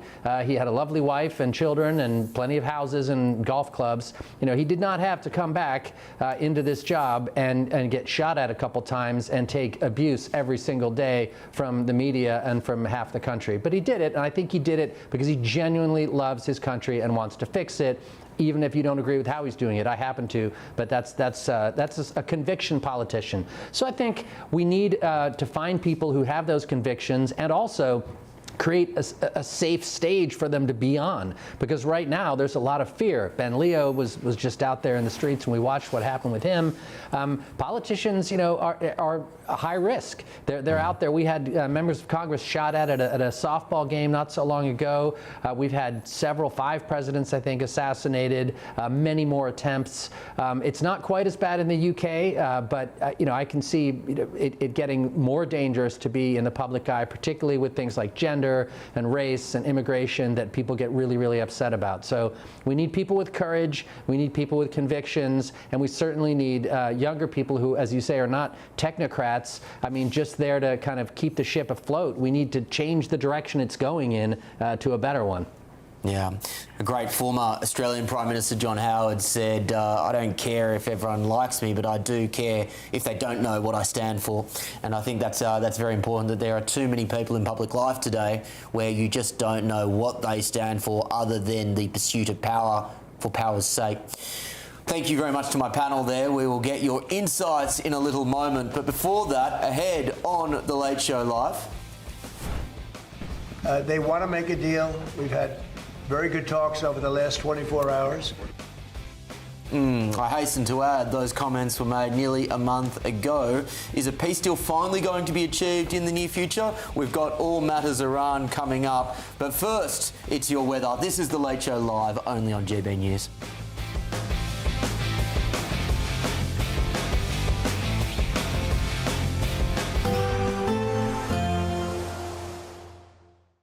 Expect warm spells with the odd rude interruption. Box Boilers sponsors the weather on GB News. Hello, here's your latest weather update from the Met Office for GB News. We'll see outbreaks of rain moving in across many parts from the west as we go through the day today, although the southeast of England holds on to some warm sunshine. The reason for the more unstable conditions is down to low pressure moving in from the west, and certainly as we go through the day today we'll see outbreaks of rain moving in across many northern and western spots, eventually moving into central and some southeastern parts later in the day, although it's the southeast that should be mostly fine, certainly till later, with some sunshine turning increasingly hazy as we head into the afternoon. Temperatures are still responding to the sunshine in the southeast, up to 23 Celsius, that's 73 in Fahrenheit, whereas towards the north and west, where it's cloudier, pretty wet, certainly across those western spots, and quite breezy too, feeling a little bit cooler out and about. As we head into the evening then, certainly to start the evening, a pretty wet picture there across much of Scotland, some heavy bursts of rain at times. And across Northern Ireland, it's a slightly brighter picture. We're starting to see some sunshine coming through between some showers here. Well, the heaviest of the rain likely across western parts of England and across some parts of Wales too. Could be some local flooding in places, certainly to end the day here. Whereas the far southeast just about stays dry, with that rain just starting to move in there from the west. So that rain will progress its way eastwards as we go through the rest of the evening into the overnight period. Well, it's out towards the north and west of the UK, certainly across Scotland, Northern Ireland and westernmost parts of England and Wales into the early hours of Tuesday. We should start to see some clearer spells developing with a scattering of showers too. Once again, it's a pretty mild night for the time of year, temperatures holding up widely in double figures, so certainly frost-free as we go into Tuesday. For Tuesday itself, the last of the rain will slowly clear away to the east, affecting the eastern parts of England and Scotland for a time through the day, giving way elsewhere to sunshine and showers. Those showers quite heavy, particularly across England and Wales. Here we could see one or two thundery ones as we go through the day on Tuesday, accompanied by some blustery winds at times as well. Temperatures peaking around about 20 or 21 Celsius down towards the southeast, which isn't far from where they should be for this time of the year, but cooler towards the north and west, certainly where the showers are around. Expect warm spells with the odd rude interruption. Boxed Boiler sponsors the weather on GB News.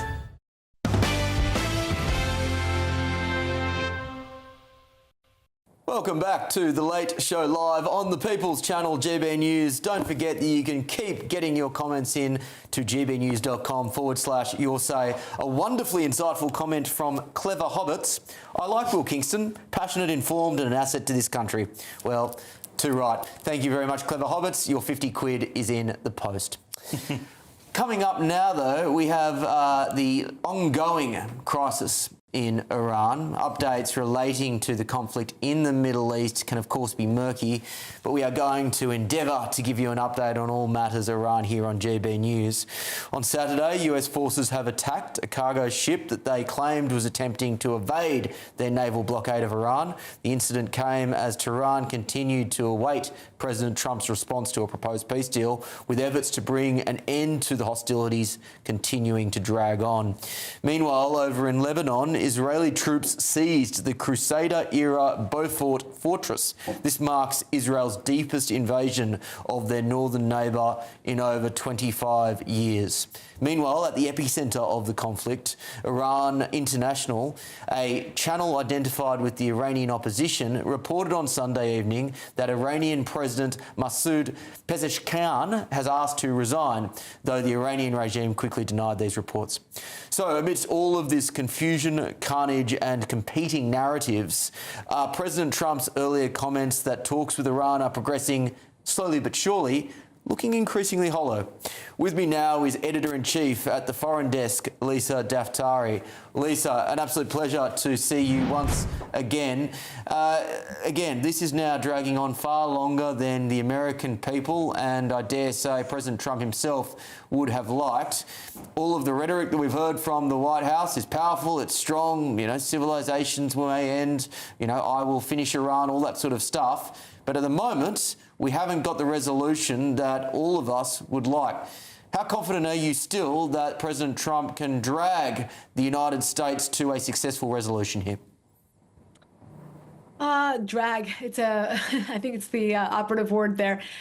Look, I think that the regime knows that the American people don't have the appetite to go back to war, and that Donald Trump is actually stuck between this timeline coming up with the World Cup, coming up with the midterm elections, and of course gas prices, as people want to go on their summer vacations, and there's a lot of pressure when prices fluctuate here, and we know that obviously the Strait of Hormuz has put a lot of pressure on the global oil prices, and the regime knows that very well. They're banking on that, as a matter of fact. But what the American people have to understand, and has not been communicated well to the American people, or to the rest of the world for that matter, is the entire story about why this is a threat, why this is a generational opportunity to get rid of this threat, and how we may have to go back to kinetic war to degrade this enemy further so that we do not have to deal with them again every few years. Am I confident that Donald Trump understands this? Absolutely. And I think that is why he has not entered into a bad deal. I know he's a deal maker. I know he likes deals. But we also know that the regime, this is their weapon of choice, to sit around the negotiating table. This is where they got their wins in the past with past administrations under Biden, under Obama. But the difference this time is that there's no sanctions relief or cash up front. We want to see behavior change. We want to see actionable change. And then there will be other concessions that will be made on the part of the Americans. Your reflection on the failures of messaging is something I've been thinking about recently. I still think there is a good story to tell about this war. A, that the nuclear threat from Iran had to be addressed at some point. You can't just keep kicking the can down the road. B, this is an evil regime. There is a moral imperative that the United States had to actually take them on in the way that they have. I think these are all points that can and should be made, but I'm not hearing the White House making them nearly as strongly as they were a month or two ago when this conflict started. Why do you think that those messaging efforts, or do you agree those messaging efforts have dropped off, and if so, why? Yeah, I agree. I think that a few things. The fact that our strategic imperative has been lost here. You said nuclear weapons. Absolutely. We're not even talking about nuclear weapons as much as we were. We were talking about Hormuz.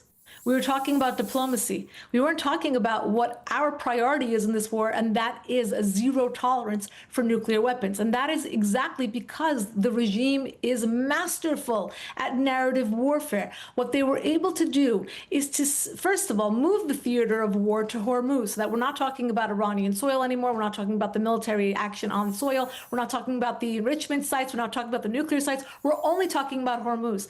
Number two, they got to separate the war, the end of the war, from the end of their nuclear program. So when we're fixated on diplomacy, we're only now, as Americans or as anybody watching this war, we're fixated on, does this mean this war ends? We're not asking, does this mean their nuclear program ends? And for that reason, every time this regime has had time, money, sanctions relief, what have they done? The centrifuges start to spin, their proxies get funded, Iranian protesters get executed, and they continue on with what they have done for 47 years. Nothing has changed and nothing will change. Does Donald Trump know who he's dealing with? Absolutely. I am confident in that.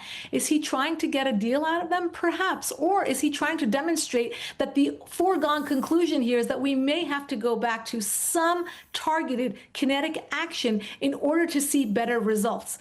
Again, we're dealing with a masterful enemy that has been able to endure economic pressure for years, sanctions and isolation, to find loopholes, to find ways to collect money on its banking systems that have been cut off from the rest of the world. And so for them, mere survival equals victory, and we cannot allow them to have that. Again, what does that bring us back to? The fact that we have to get to the root of the problem. For years, Democrats and Republicans ping-ponged back and forth between two bad choices, and that was to bomb Iran or let Iran get the bomb. And neither one was sufficient to get to the root of the problem.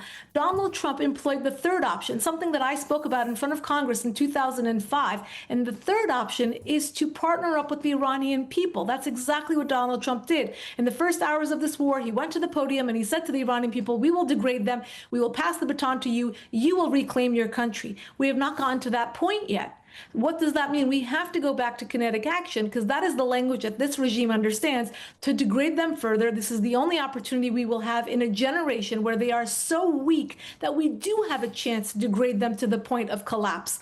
And that is when we will see real change, not just for the Iranian people. This is not a gift to them. This is not a charity project. It's not just for them or for Israel or for the Persian Gulf Arab states. It is for the global community, and for the United States. There is a strategic imperative. This does affect our national security, homeland security. And again, that hasn't been communicated well, but it should be, so that the American people understand that if we are able to tolerate this for a bit further, we will have long-lasting stability, not only for the region, but for the entire world. Yeah, well, you posed a series of questions regarding Trump during that answer, and let me throw one more at you, and that is, not just does Donald Trump, understand the severity of the situation, is he capable of getting a deal, but is he focused? Whenever I hear Trump talking to the press now, he will inevitably go on about this ballroom, like perfectly fine idea, but I would suggest not in the top priorities of America at the moment. He is apparently looking at the finer details of his print on the new $250 note, dollar note. Again, good on him, but I don't suggest it would be in the top priorities of America at the moment. Is Donald Trump as focused as perhaps he once was? I mean, I have many friends who are in the administration and who have traveled with Donald Trump and who were on for even as most recently his China trip. And they say he is the master of really multitasking and being able to focus on many things at once. When he was in China, he was in fact working on the Iran portfolio at the same time, because he knew that on the heels of that trip, he would have to deal with the Iran issue again, if not at the same time. Look, I do believe that he has a tremendous level of energy that we have not seen in most presidents, especially one who is as old as he is. And I do think that part of it is part of being the president, is to get people focused on positive things and good things and what he is accomplishing. And that's part of the morale building of this country. We are in fact involved in a war with Iran's regime, yes, but we are also building and doing other things. And I think the American people need that as well. So good on him that he is able to do all these things at once. I don't think the fact that he promotes one accomplishment means that he forgot about other issues. I do think that he's able to. And that's what I'm hearing from my friends who do work with him as well. He's a man of tremendous energy on Diet Coke and McDonald's. Yeah, and no doubt pushing some brand deals alongside it. Lisa Daftari, thank you very much for your time this morning. I want to go now to Simon in Washington, DC. Simon, I'm going to follow on there, and for people who may not be aware of what I was suggesting, there are a couple of vanity projects that I understand Donald Trump is keenly involved in at the moment. One is the upgrades to this new ballroom at the White House. Again, I'm not exaggerating when I say that every time I see Donald Trump in front of the press, he will go on about this ballroom as if it is, something akin to solving world hunger. Again, important that the White House has a functioning ballroom, but I just don't think it's top priority. Again, in celebration of the 250th anniversary of the founding of the United States, there is a new $250 note coming out, despite a 19th century law that says you can't have a living person on the notes. Donald Trump is obviously keen to have his face on there. I've heard him talk about this extensively as well. These are vanity projects. We've come to expect them from Trump. It's all part of the Trump show. But do you think, as his presidency perhaps enters a lame duck phase after the midterms, is he still focused on the job at hand? I definitely think he's focused on the job at hand. I mean, you said before, and you talked to Lisa about the Iran deal. I'm sure he's been working his best behind the scenes, and we know he works long hours to try to figure out the way to keep America safe and keep Iran from developing nuclear weapons, et cetera. Look, he's been the same. I remember growing up in New Jersey, Trump was famous because he would go on the Howard Stern show, which was a talk radio show at the time. He was into professional wrestling. He bought Adnan Khashoggi's yacht with the gold taps. He loved bling. He loves buildings. He loves glamour. Obviously loves beautiful women. That's never going to change. The guy's almost 80. So I think, you can't take that love of showmanship out of the man. That's how you sell buildings. That's how you get rich in America. But I don't think it distracts him, too much from the job at hand, and that he's still focused on it. But yeah, there is a tendency in all presidents, and of course this is his second term, with one gap in the middle. Grover Cleveland's the only one who's ever done that before. There is a tendency as you get towards the end to think of your legacy, of things with your name on it, of things that you can leave behind, of what people are going to remember about you, and so he might turn lightly to thoughts of the future as opposed to all of the pressing issues as the years progress. I'm not convinced that Donald Trump does anything lightly, particularly when it comes to his own image. I'll follow up on that, Simon, with a separate but related question, and that is the positioning of the future Republican presidential aspirants. For a long period of time, J.D. Vance almost looked like he had the whole thing locked up. Marco Rubio, I think, has come out of the Iran crisis very well. I think he's been the most impressive media performer with respect to the Iran crisis, in my opinion. There have been some people who have suggested that J.D. Vance's proximity to the online right and people like Tucker Carlson have hurt him. He doesn't seem to be in as strong a position to potentially just naturally assume the MAGA mantle as he once did. How are you seeing the jousting for position amongst future presidential aspirants, particularly with those two, J.D. Vance and Marco Rubio? Well, first of all, I'm just so glad that we have two highly intelligent, highly well-read, educated, and eloquent men who might possibly be the next president. I think that's fantastic. I kind of wish they didn't have to be, up for it at the same time. It's sort of tragic, really, that they couldn't have come successively. But either way, I think we'd have a really strong candidate. And when you look at the other side, and look, this is just a fact. Who have they got? Who's got that kind of national security depth, who's got that kind of education. They've got Gavin Newsom, who looks great in a suit, but is hardly a profound thinker. They've got AOC, who, wow, that's something to see. Kamala Harris might run again. So I think we've definitely got two candidates. Way too early to tell which one of them might be the presidential nominee, or even if the other one would consider being vice presidential nominee. But that's a great lineup. That puts the conservatives in a really strong position. People who believe in what this president's trying to achieve. The thing is, Simon, and look, I agree with you. From what I can see, the bench on the Democratic side does not look particularly deep, but there are some sensible centre-left thinkers in the Democratic Party still. Someone like a Josh Shapiro, who perhaps should have been the vice presidential candidate in the last election if the Democrats had any sort of principle, which it doesn't appear that they did, because it looked like they were more concerned with Josh Shapiro being Jewish to put off a particular voting bloc in the United States as opposed to picking the best candidate.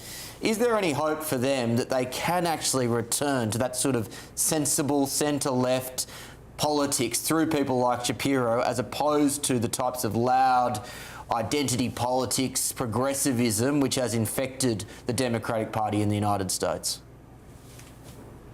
I sure hope so, because I want to have two good parties putting up good candidates. I remember when Democrats didn't like releasing repeat offenders, when there were Democrats like Bill Clinton who believed in a secure border, like Barbara Jordan from Texas who believed that you should have legal immigration and you should punish people for coming in, and I could go on and on and on.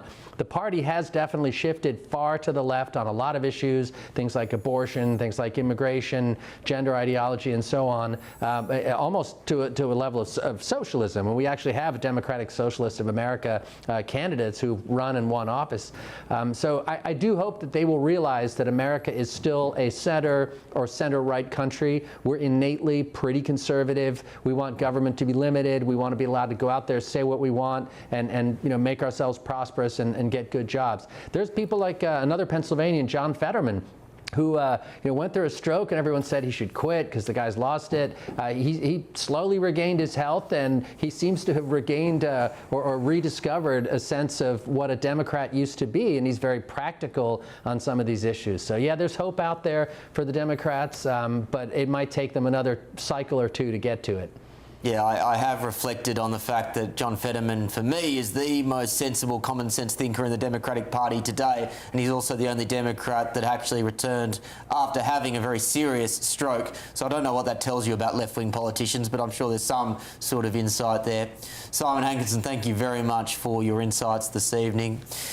I'm going to go, before we get my final thoughts from my London panel, through the papers that you are going to hit your front pages. Well, I was going to say tomorrow morning, now this morning. The Guardian, the Mandelson files show no mitigation of security concerns over top US job. The Telegraph, Rachel Reeves is considering a return to Blair-style private sector deals to fund major building projects. Perhaps that essay may have just done its job. The Metro, Nicola Sturgeon insists she did not see the £1.25 million 25-foot motorhome parked at her parents-in-law's home. I think you can tell where I stand on that particular assertion. The Times, as many union members support reform as Labor, reveals a damning poll. The iPaper, leadership rivals back revolution in UK voting system. Of course, that is suggesting a preferential voting system as opposed to the first past the post model. The Daily Mirror, the precious gift of time. This is regarding this wonderful new breakthrough in cancer treatment. And similarly, the Express, hope for millions as scientists discover new drug to treat pancreatic cancer. The Daily Star, save 3 lions. The FA wants to ditch the England anthem. And The Sun, I Dua. I believe this is something to do with Dua Lipa, a singer who I know very little about. Well, ladies and gentlemen, we're going to finish very quickly with some research that's come through on young people. This is coming out after, of course, those startling numbers on youth unemployment that we discussed on the channel last week. Young people are facing a growing crisis amidst financial hardship and other factors, such as fewer youth clubs and community centres. The Roundhouse Arts Venue and Youth Charity said a study of over 1,000 people aged 18 to 30 painted a worrying picture of life for many people in Britain. Alice, I'm going to start with you. It feels to me that so many young people now have this sense of a loss of purpose. Oh, absolutely. And again, I combine what we're hearing here with that terrible figure that said in the next 5 years, I think it was 1.25 million people under the age of 25 in this country are going to either be not in education, training or employment. What do you have to say? What do you have to say about this for the prospects and ambition of young people today? In my opinion, this is a really tragic product of the fact that we've lost real community for young people, and that there's been such a degradation of things like the family unit and of faith, really, as well, which is causing a lack of purpose and also a real letdown, obviously, from the government, whose duty it should be to inspire us into education, higher education, but also into actually practically being able to succeed in life and feeling inspired, because when we do succeed and make money, we can actually buy a house and have families of our own. Instead, my generation is going to really struggle to be able to afford our own homes one day, no matter how hard we work. And on top of that, we also have to pay ridiculous taxes and our student loan debts. Things have never been worse for my generation, but if my message to anyone watching at this hour who is young is that faith has always been there as a fallback for me, to know that I have a wonderful church community who inspire me to continue to be optimistic despite the current state. Paul, you have a teenage daughter. How do you reflect on this? Yes, I do have a teenage daughter. She's 16 doing her A-levels. She'll soon be off to university.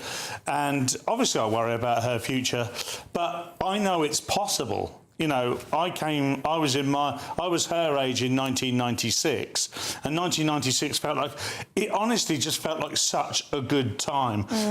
Labour then inherited Margaret Thatcher's wealth, inherited everything she'd put in place, and had a very easy ride until 2001, when those 2 planes tragically went into the Twin Towers and life changed for absolutely everybody. I have great faith, much in the same way Alice does, but also great faith in the future. We can change things. We just need to get the right government in place, and we need to get back to basics. Back to basics. I think that's wise words for us to end on.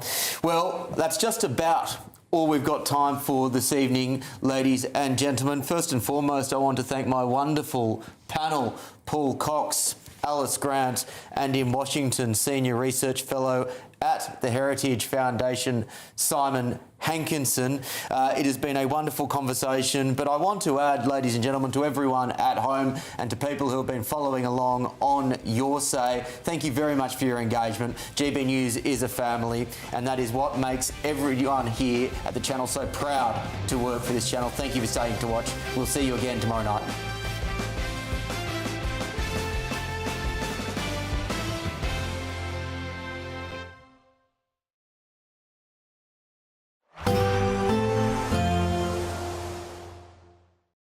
Today, clouds overhead, total zen within. Boxed Solar sponsors the weather on GB News. Hello, here's your latest weather update from the Met Office for GB News. We'll see outbreaks of rain moving in across many parts from the west as we go through the day today, although the southeast of England holds on to some warm sunshine. The reason for the more unsettled conditions is down to low pressure moving in from the west, and certainly as we go through the day today, we'll see outbreaks of rain moving in across many northern and western spots, eventually moving into central and some southeastern parts later in the day, although it's the southeast that should stay mostly fine, certainly until later, with some sunshine turning increasingly hazy as we head into the afternoon. Temperatures are still responding to the sunshine in the southeast, up to 23 Celsius, that's 73 in Fahrenheit, whereas towards the north and west, where it's cloudier, pretty wet, certainly across those western spots, and quite breezy too, feeling a little bit cooler out and about. As we head into the evening then, certainly to start the evening, a pretty wet picture there across much of Scotland, some heavy bursts of rain at times. And across Northern Ireland, it's a slightly brighter picture. We're starting to see some sunshine coming through between some showers here. Well, the heaviest of the rain likely across western parts of England and across some parts of Wales too. Could be some local flooding in places, certainly to end the day here. Whereas the far southeast just about stays dry, with that rain just starting to move in there from the west. So that rain will progress its way eastwards as we go through the rest of the evening into the overnight period. Whereas out towards the north and west of the UK, certainly across Scotland, Northern Ireland and westernmost parts of England and Wales, into the early hours of Tuesday, we should start to see some clearer spells developing with a scattering of showers too. Once again, it's a pretty mild night for the time of year, temperatures holding up widely in double figures, so certainly frost-free as we go into Tuesday. For Tuesday itself, the last of the rain will slowly clear away to the east, affecting the eastern parts of England and Scotland for a time through the day, giving way elsewhere to sunshine and showers. Those showers quite heavy, particularly across England and Wales. Here we could see one or two thundery ones as we go through the day on Tuesday, accompanied by some blustery winds at times as well. Temperatures peaking around about 20 or 21 Celsius down towards the southeast, which isn't far from where they should be for this time of the year, but cooler towards the north and west, certainly where the showers are around. Today, clouds overhead, total zen within. Boxed Solar sponsors the weather on GB News. 5 hosts, 5 opinions, 5 fearless debates, 5 unfiltered takes on the day's news. 5 reasons not to be anywhere else on Saturday night. This is the Saturday 5. You got me good there. Britain's biggest Saturday night TV show. It's not a bad brand. Yeah. Uncensored. Very, very racy tonight. On the unpredictable. What did she say? Can you translate it for us? And always entertaining. And how can a country go from being led by William Wallace to Saturday nights from 6 p.m. only on GB News, the People's Channel. Britain's news channel. You're going to want to stay tuned, trust me. Do you trust what you're being told? Good, because neither do I. Those are just facts. I'm Alex Armstrong, and on my show, we'll expose the spin. Well, I want to answer that, because you didn't let me last time, because you always speak over me. The broken promises. To deny that is denying the truth. And the hypocrisy. Needs to stop. You think we can allow? Politics, policy, parliament. Nothing is off limits. No sugarcoating, no fear of offence, just the truth laid bare. Tune in every Saturday and Sunday at 9 p.m. for Alex Armstrong Tonight, only on GB News, Britain's news channel. Join me, Nana Akweer, for an informative, interactive news programme with a difference. It's fun. No, he didn't say that, Dave. I'm so surprised. I think there's an element of truth to that. Join me from 3 p.m. every weekend, only on GB News, Britain's news channel. Westminster's full of talk, but out here, it's the real world. Am I allowed to talk now? No, that's it. This is where it matters, real people and real lives. That's what politics is all about. In fact, has Trump made a good start? No. Straight answers, no spin, and just a couple of pints. How many fingers have I got up? About 10. So join me for Lee Anderson's Real World every Friday at 7 p.m. only on GB News. The People's Channel, Britain's news channel. Breaking news, live updates, stories that matter. From the heart of the GB newsroom to every corner of Britain, with our team of dedicated journalists across the UK. GB News bulletins are there to deliver the latest news that matters to you. Bulletins on GB News, the People's Channel, Britain's news channel. From the school run to the home run, watch a new show for all of Britain. He can say whatever he wants. A straight talking show where all voices are heard. And, you know, when are we going to stop talking about smashing the gangs and actually do it? With the stories that matter from every part of our country. There's a bit of a crash landing there for your Chancellor. Bold, fearless and standing up for you. That's me, Martin Daubney, 3 p.m. till 6 p.m. weekdays here only on GB News. The People's Channel, Britain's news channel. The GB News audience is different, it's unique, because they see through the nonsense. We want to debate with each other. We want to listen and maybe learn. We have a chat. That's what we do. We try and have a chat. They'll watch my programme while they're eating their tea. They'll watch breakfast while they're busy getting their kids ready for school. We want to hear what matters to you. What is news for you? And what's brought you out here today? What are the biggest issues affecting this particular area? The audience are the best thing about GB News. Their friends, their family. They're people who need to have their voices heard. They're passionate about the channel, they're passionate about what they believe in. The one thing about GB News is you get a chance to speak. Talk to me about why so many people have gathered here today. Do you want to say something back in return? The GB News audience is what makes GB News special. It's incredible to see.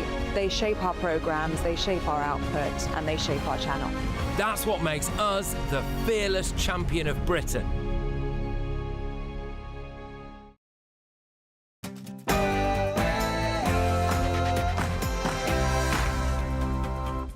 Good evening, it's 9 o'clock. I'm Alex Armstrong. Tonight.